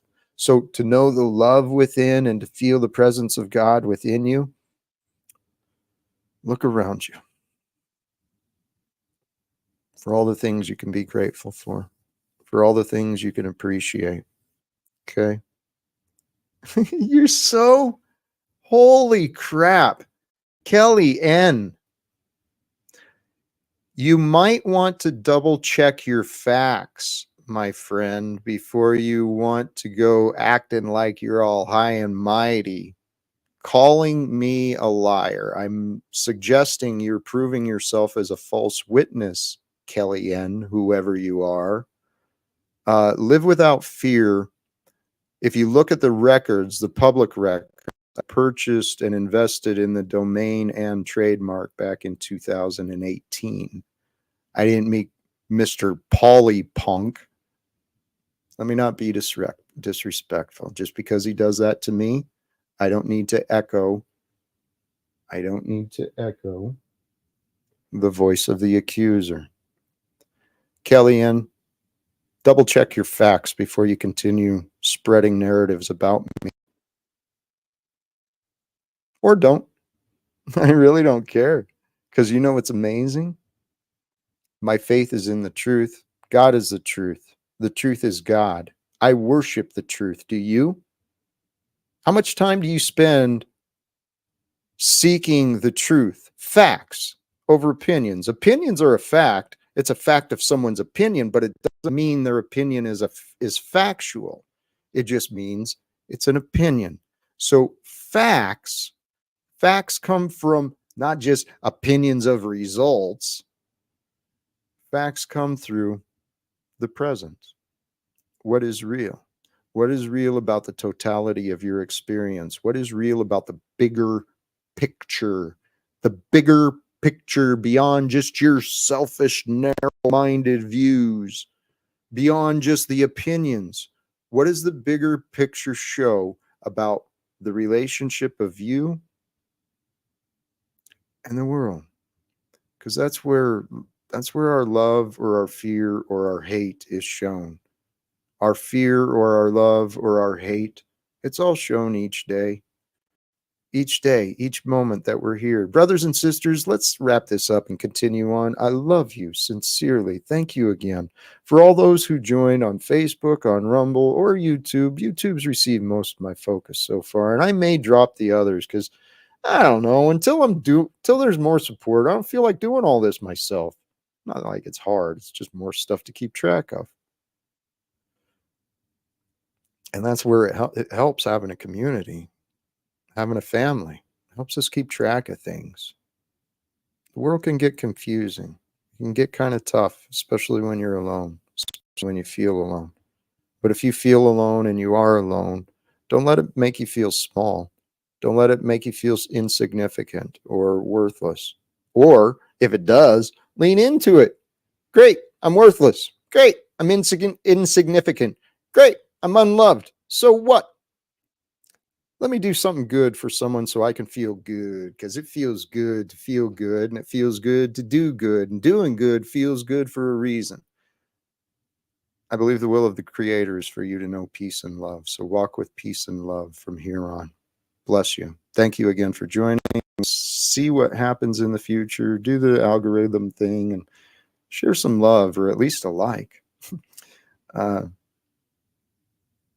Peace for everyone. Choose love. Live without fear. Thank you all, and God bless. Peace.